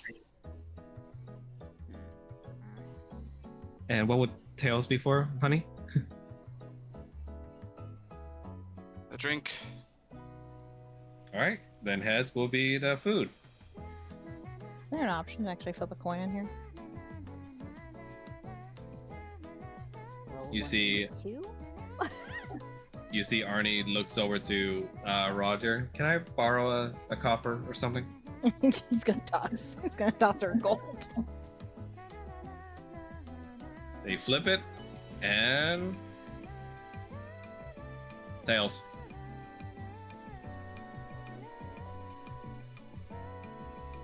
Those are And the drink. Arnie, right? Arnie shows everyone that it's tails. Bless every fucking god there is. Okay. So, drink it is then. Roger's gonna look around the group and say, "We can save the other challenge for another night. Maybe one of y'all will be up for it." He's gonna turn to these two. And he's gonna You pour hear- Falmouth's drink. You hear a large thud as you look over and see Chief Valier sitting on his ass right now on the floor. Asleep? I'm fine. Continue. Roger's gonna pour Falmouth's drink and pass it to him. Okay. Thank you, Roger. Okay, Kanan, will you pour Paul's drink? Yep. That's what he's Okay, doing. roll. What are we rolling? Con, Is it just con? con. Constitution save. I'll be No, right no, back not a save, super but- quick. Just Oh. con. Well, too late. I'll be right back it's super quick. Constitution. Okay, Mel. Okay, so Constitution ability check then. Okay. Yeah. Alright. First drink goes down quite easily as you both just stare at each other, being normal so far. And you see Paul just preemptively already getting the second drink. I mean, you just shot his nerves through the fucking roof. Roger just passes Falmouth his next one. Okay. Thank you.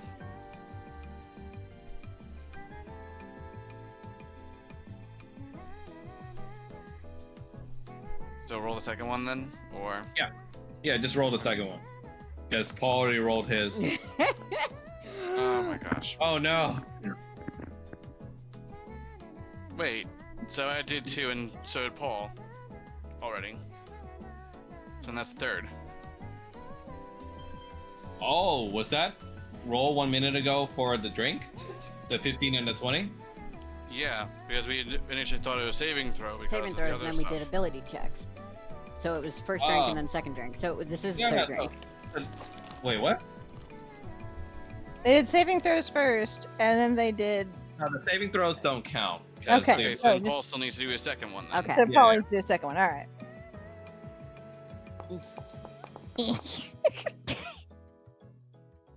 All right. On the second drink, it starts to affect you both a little, though Falmouth, you more than Paul, because you're not used to this specific sort of drink from Paul's family. As you start to get very sluggish.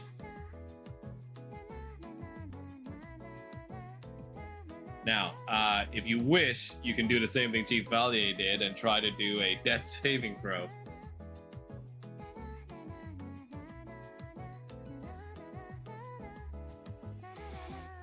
Do you wish to do that? Have we lost Blaze? Blaze, can you hear me? Oh god, he fell asleep. Apologies, someone interrupted. What was the issue? Ah, okay. Okay, but that was That really was perfect. funny. No, someone interrupted. No, it was so on a 7. You were gonna keel over here unless you want to do what Chief Valier did and try to do death saving throws to withstand. Yeah. So we were sitting Okay. here like, Blaze? Blaze? And you didn't respond. And it was just like, how in character. Perfect. Like, just... All right, roll your death saving throws. Oh. First one is a fail. Ah. Nat 20. Holy shit! All right, 2 successes. No, nat 1 is on nat 20 is an automatic critical success. You automatically get stabilized. No, on this challenge, it counts as 2 successes. Okay. It says you do not need to roll death saves because you have a positive number of hit points and have already reached Alright. success. Let me just put you to 0 again. There you go. Alright. Okay. One more. Then it's 2. Nice. Yep, that's Okay. success now. Hey. So you're back. So, Falmouth, using your rather sturdy constitution, you're able to get yourself back into this struggle as you seem to still be conscious. You doing okay over there? I'm fine.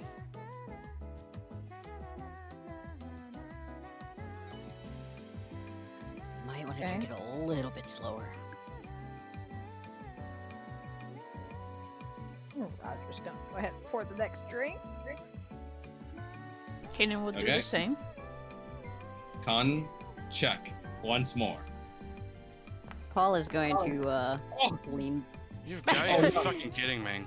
Oh no. Paul is gonna lean back in his chair and just kind of look at his cup before he takes a drink.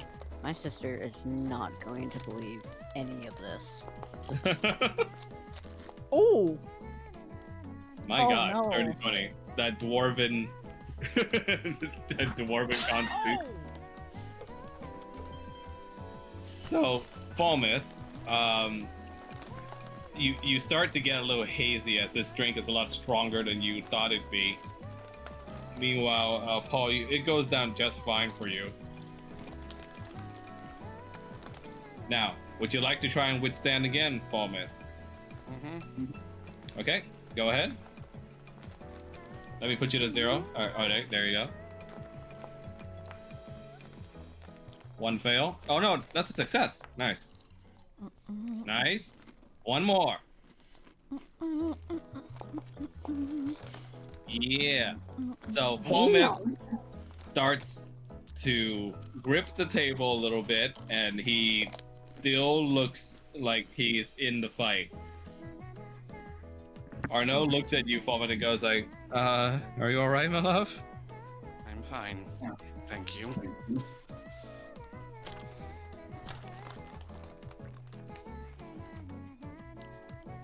See, Paul's had a lot of practice with this because it'd be the only peace and quiet he gets after his brothers pass out. alright, 1 more drink. Roger's gonna go ahead and pour. 15. Nice. Go, Paul, go. Oh. Oh. So Pomp is on, or sorry, not Paul is on the you said receiving Pomp. end now. You said Pomp. Shush. And Shush. he's leaning back in his chair. Roger's looking at him like, yeah, you doing all right there? Uh-huh. Are you sure, darling? Because I can't Yep. tell. You're looking a little, All right, Paul, I'm gonna put you to 0. Okay, what am I doing? Just rolling, looking. Death saves. That saves. The little skull at the bottom of your hit dice. Ah, the hat. Ah. Okay. Success. Success. Damn. Ooh. Fail. Okay. Roll again. It's to whichever gets 3 first. Nice. Success. So Paul, on the other hand, you know, you see his shoulders start to sag a little bit as he almost fell off his chair, but he strains himself back up. You okay, Paul? Mm-hmm. I haven't had this in years. I was like, I've never smelled so alive. He's clearly only awake because it had that whole chair tipping backwards.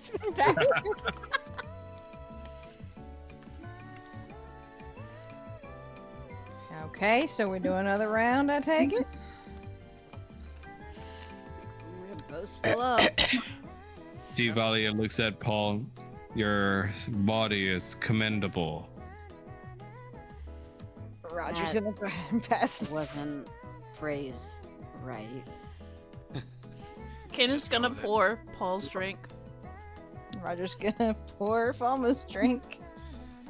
All right, we go again. Paul is gonna quickly grab that drink and down it a little too fast. Oof. Ooh. Okay. All right, 1 more drink.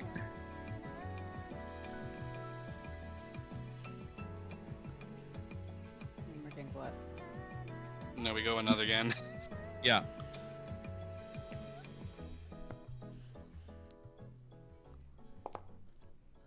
Oh, Oh. He's out! Okay. So you're still going to do death saving throws if you want to, or you can just give in. Oh my What would god. you like to do? Nah. Okay. Fail. Success. Fail. One He still has more. one more. One more. He's He's out! Has been defeated. As you see, Paul just kind of slumps over, but Arnaud manages to catch him. Oh, there! I got you. I got you. Ooh. Roger's just standing there like, okay, like, all right, that I didn't expect. Yeah. I legitimately did not think that was gonna happen. The foxes had really bad luck tonight. Really did. Chief Valley puts up his arm again as Egg does go. So yeah, take that, foxes. easy. It's a friendly competition. They friendly lost. Friendly lock.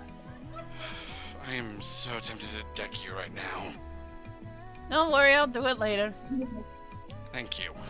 And He said you deck, see not Egg- dick. You see Barbara just slyly just shouts out, "I think we have 2 heroes left, though." Wait, what? Shoot, what left? So what now? Bobby's I think we have 2 heroes left that haven't drank. Oh. I have to manage this one. He's gonna put an arm around Paul. Like, You see Egg just goes like, "Yeah, put your money where your mouth is." Why don't you put your money where your mouth is? How What do you would you mean put put my- your mouth on Give my him a money? drink. I'm sorry, hold on. Put my money where my mouth is. I already stated from the very beginning of this that I wasn't drinking. I am Chief, facilitating. You see Chief Valley just goes like, "The tournament is over, yet the crowd demands a final flourish. Will you two not take up the stand?" Roger is gonna look over at Arnaud and Falmouth and be like, "Can you make sure that that one is okay?" Points at Paul. He just goes like, "Oh, I will, don't worry." And Roger's gonna look at Kanan and be like, Alright, fine. "Hey, Kanan, What? you want to try a tasty square?" I fucking knew it. Barney just Is it drags all the way for sweet? safety. No, it's not sweet. Fine. It is an alcoholic cracker. Walnut's just gonna like Okay. treat Paul. Whose side you taking? I mean, I guess we could just go with the. You know what? We'll go with this.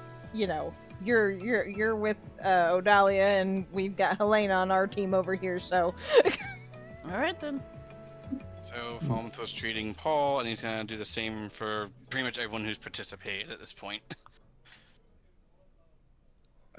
Arnie also helps in treating the drunk people, but they start with Paul first because of Roger's request. Roger's just gonna sit down. Yeah, Arnie tries to position Paul in a way so that he can watch though if he's still conscious.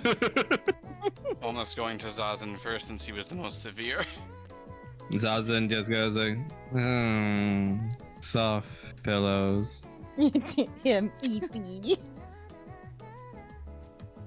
Okay, next would be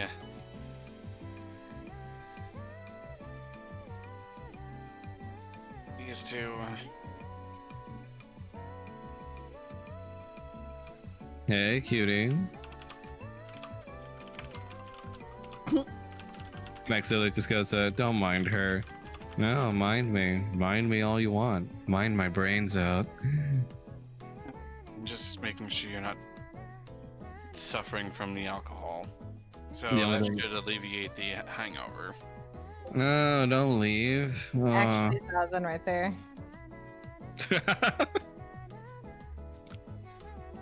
Eepy Fox. Next is Chevalier. Do not concern yourself with me. Big Al looks up at you and goes like, "How's the tattoo working out, boy?" Oh, it looks very sharp on the armor. Thank you. Now see, it would be a lot stronger if you allow me to put it on that pretty little scale body of yours. Roger is going to look at Kanan and be like, "Now there is one thing that I should tell you. What? These were made by Paul and Lavinia." Oh God. Well, I agreed to it, so let's You see Egg sees you guys grab it out, and she goes like, "You're gonna do this contest with a bunch of crackers? How is this challenging?" Oh, would you like one? And it just goes like, "You can offer me a cracker?" Roger literally offers him a cracker. You see he has one, and he's gonna roll for con save with a disadvantage. Oh, Doesn't even matter. Oh my god. You look see at Egg her just- butt. You see Egg just falls over. At least Roger he's quiet just now. grinned. He's not passed out, but you can see it's like, "I can taste color." Roger just grins at Kanan. At least he's quiet now. Yeah, it's true. Alright, Kanan is going to start it off and he's gonna eat a tasty square. Roger's gonna All I can think of right now is that one scene from Riverdale Is with it Veronica. is it con Roger's or gonna- con save? Yep, it's a Con- con Okay. check. Okay. con check. I was like, Roger's gonna pop one in his mouth. I don't think Roger ever actually had any of these things. Oh boy. Like Lavinia didn't slip any into his fucking bag. I don't think he had any though. Like, I don't think we ever actually had that. Oh my god, my con. Not before Jesus today. Christ. Not before today. Oh, not bad. Not below 10 at least. Even better, I can't actually see until it rolls on Mel's screen because for some reason Yeah. my rolls are not showing up. Yours is 13, Mel's is 16. So immediately it hits the both of you. It tastes very sweet at first, and then the sweetness just mellows out and transfers onto your tongue. Ugh. And Oh, immediately those are it sweet. puts you two in almost like a more positive, very honest mood. Oh no. Paul, have I ever told you that I admired the way you polish your horns? No, you haven't. But thank you very much. If I ever told you, you're rather handsome. No, you didn't, but I appreciate the compliment. He's gonna take another tasty square. You hear Barbara just got a kiss. Roger's gonna pop out the tasty square in his mouth. I don't remember these things being sweet. Maybe they changed something. It's not too sweet, but Lavinia out here just putting tasty squares in everybody's pocket. She's I Lavinia's rolled out a here 15. making variations. by the way, I rolled the Okay, so- 15. Nice. Tell him this to Shrine. Oh no! 11. All right, 11. that's 12 out of 10. He's hanging on. Alright. He's hanging on. You start to feel more of your inhibitions start to loosen, What if Oh, and these it- things- and Oh, the immediate feeling of ecstasy start kicking in. oh god. What if Lavinia's done that thing, basically like the Birdie Bots every flavor beans or whatever, where each one tastes different? Oh no. 'Cause I can just see her making variations, just be like, yeah, sure, we'll try this week and see how people. Oh, Yeah, you guys just hear the Earwax. smallest sound of notes being scribbled down. It's just the flavor of the week. Roger's just like, this is a really nice table. yeah, it is. It used a little polishing, but yeah, it's very well We gotta take a handcrafted. trip to IKEA. Yeah. I'm rolling again. Ooh. Oh, okay. 16. All right, Roger. Ooh, not bad. 16 and 16. You guys are starting to get into the groove of getting used to it. That's concerning. I don't know what they're so worried about. This ain't that bad. Yeah, it's not that bad. By the way, I Fine. love your clothes. Well, thank you. I love the jewelry you wear. Like the what do you call those things on your head? Oh, they're dread braces. That's what they're called. Okay, Yeah. they look nice. Oh, thank you. I meant the things actually attached to your head, Oh. but Oh, you that- mean my horns? no, not your horn. The whatever the he's you gotta reach across the table and grab like the hair tentacle You thing. try to reach across the table and you kind of flail around a bit It and just you sort almost of back. Oh, so you're actually like batting at his dreads? Yeah, basically. These are my dreads. Oh, okay. That's what we. All right. I Yeah. didn't know what you called them. There's hair tentacles. Hair things. tentacles, That's very dreads. dreadful.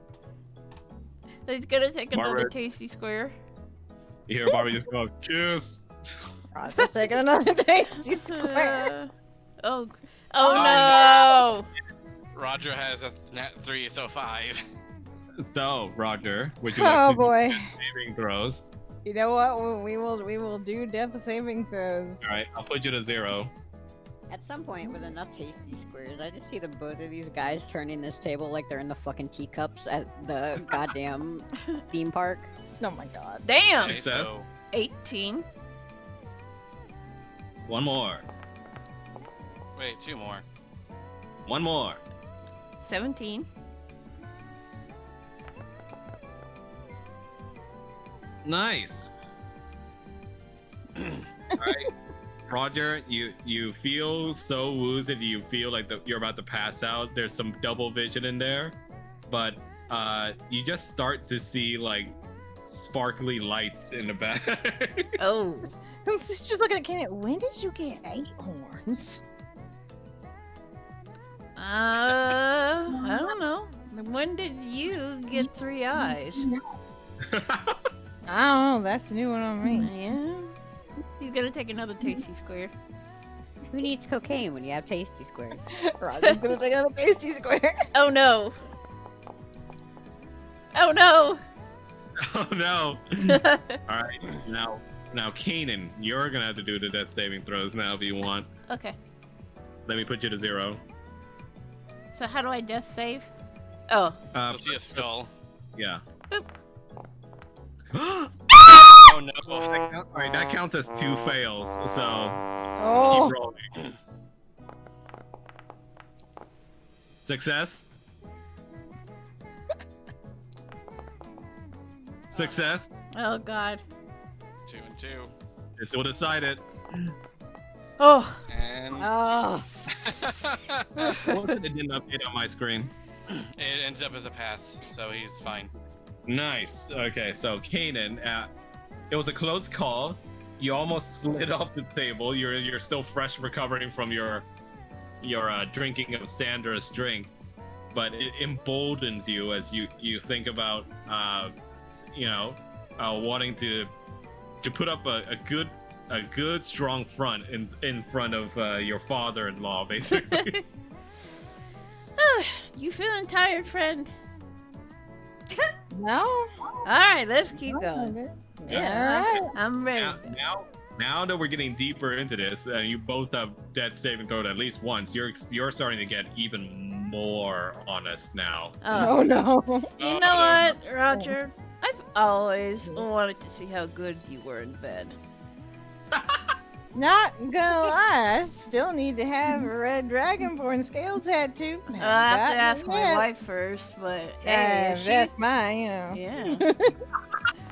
I like how he didn't say husband, he said, oh, he's not to ask him. Oh All right, Roger, your roll.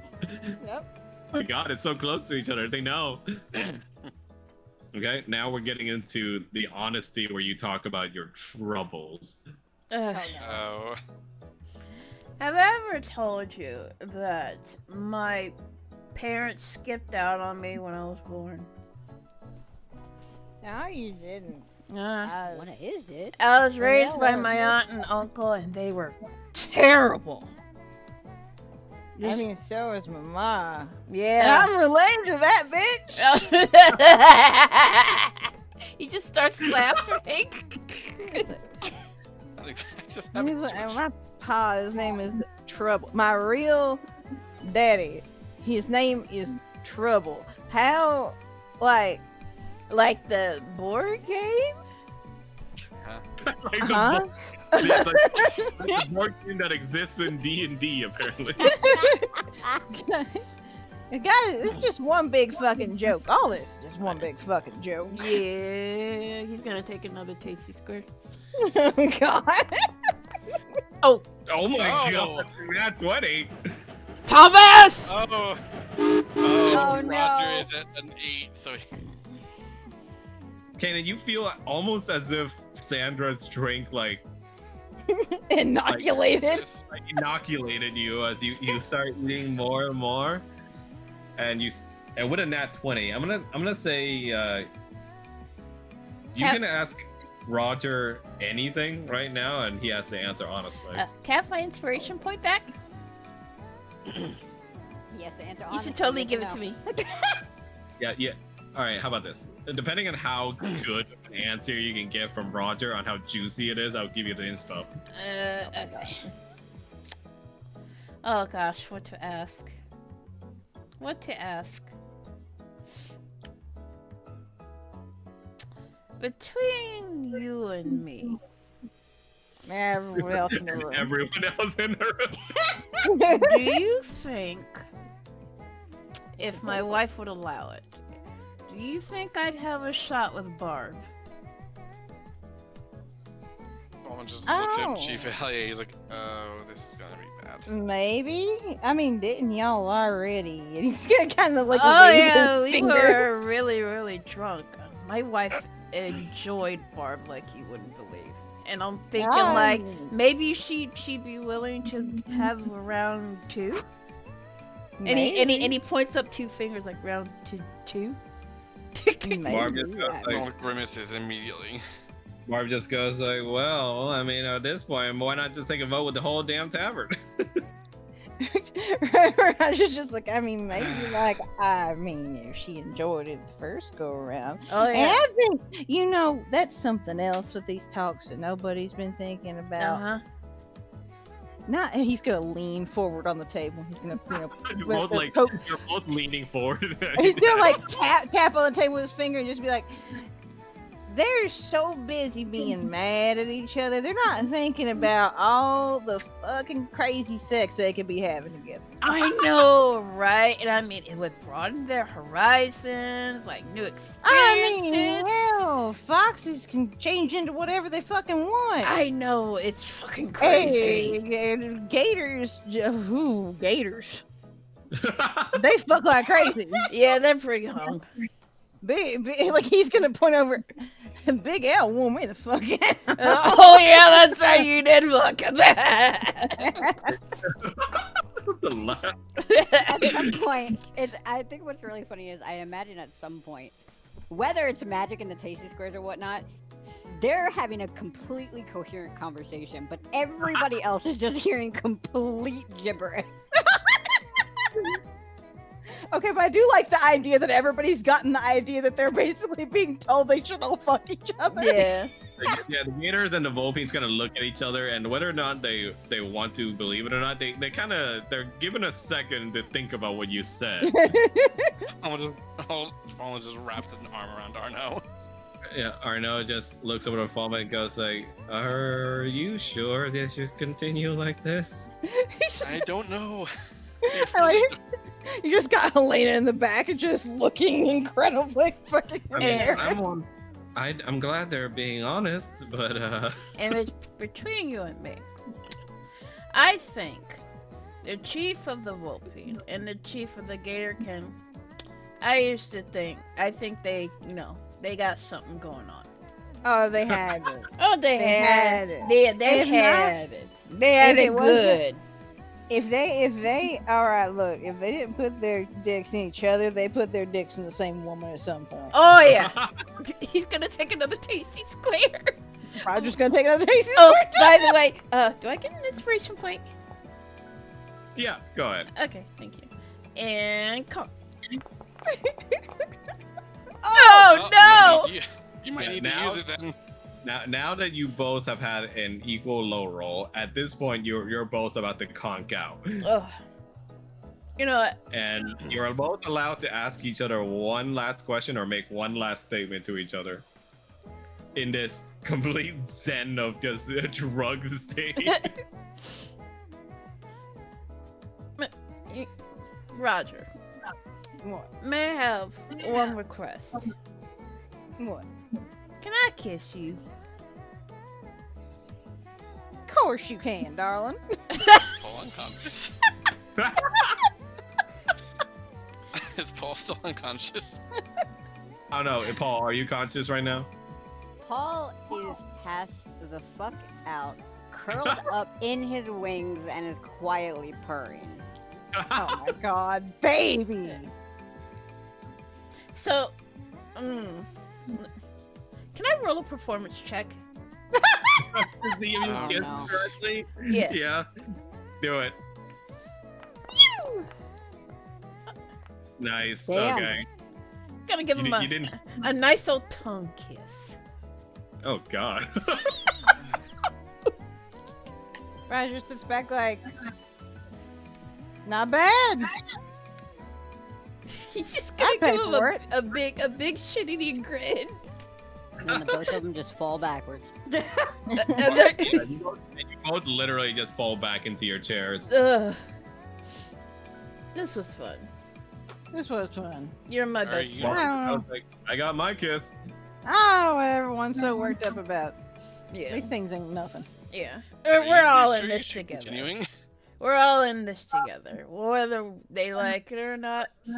And if it's between you and me, they make an even greater force for Strahd to be afraid with if they all work together. Oh, damn right they do. Well, yeah. I'll drink to that. Oh, I think I need to. I'll drink to that. I'll drink to that. Eat another cake. Yeah, he'll eat another tasty squid. You see Kanan reaching for another tasty square. To that, drinks to that. He's gonna eat it. Chief Volley at this point is like asleep, but he's asleep with his eyes open. They're staring in opposite directions. Yeah, he's on his knees right now, just sleeping with his eyes open. Arnie just goes like, okay, for, well, literally every reason, I think we should just call it for now. Oh wait, who won? I concur. Who we calling? Who won? It ended Well- in a draw. Yeah, let's just okay. call it a draw, why don't Oh, okay then. And he's gonna I belch thought- like I thought Kanan was gonna say, I don't want to draw. Kanan belches like a large stream of like pink and yellow flame before he falls backwards on his chair. Ugh. That's one hell of a trick. Thank you. Roger is going to stand up And promptly go right and back down. promptly just collapse to the floor. He is gone. He is out. Yeah. That bitch like just bam hits the floor. There Kanan no walk of is shame. slowly gonna stand up and he falls backwards into one of the gator kin. Yeah, you kind of mosh pit back into the Gatorkins. Oh. Love the Is that gator home? kin. Hardy people. I was gonna say Fulma's gonna start trying to like treat them. Roger, I like the idea that Roger just falling at Helena's feet, like passed the fuck out. Yeah, you see Roger passed out, and he's already like drooling a bit from just being conked out. And you can kind of start seeing some of the drool start like being wiped off. Hey. I know who that is.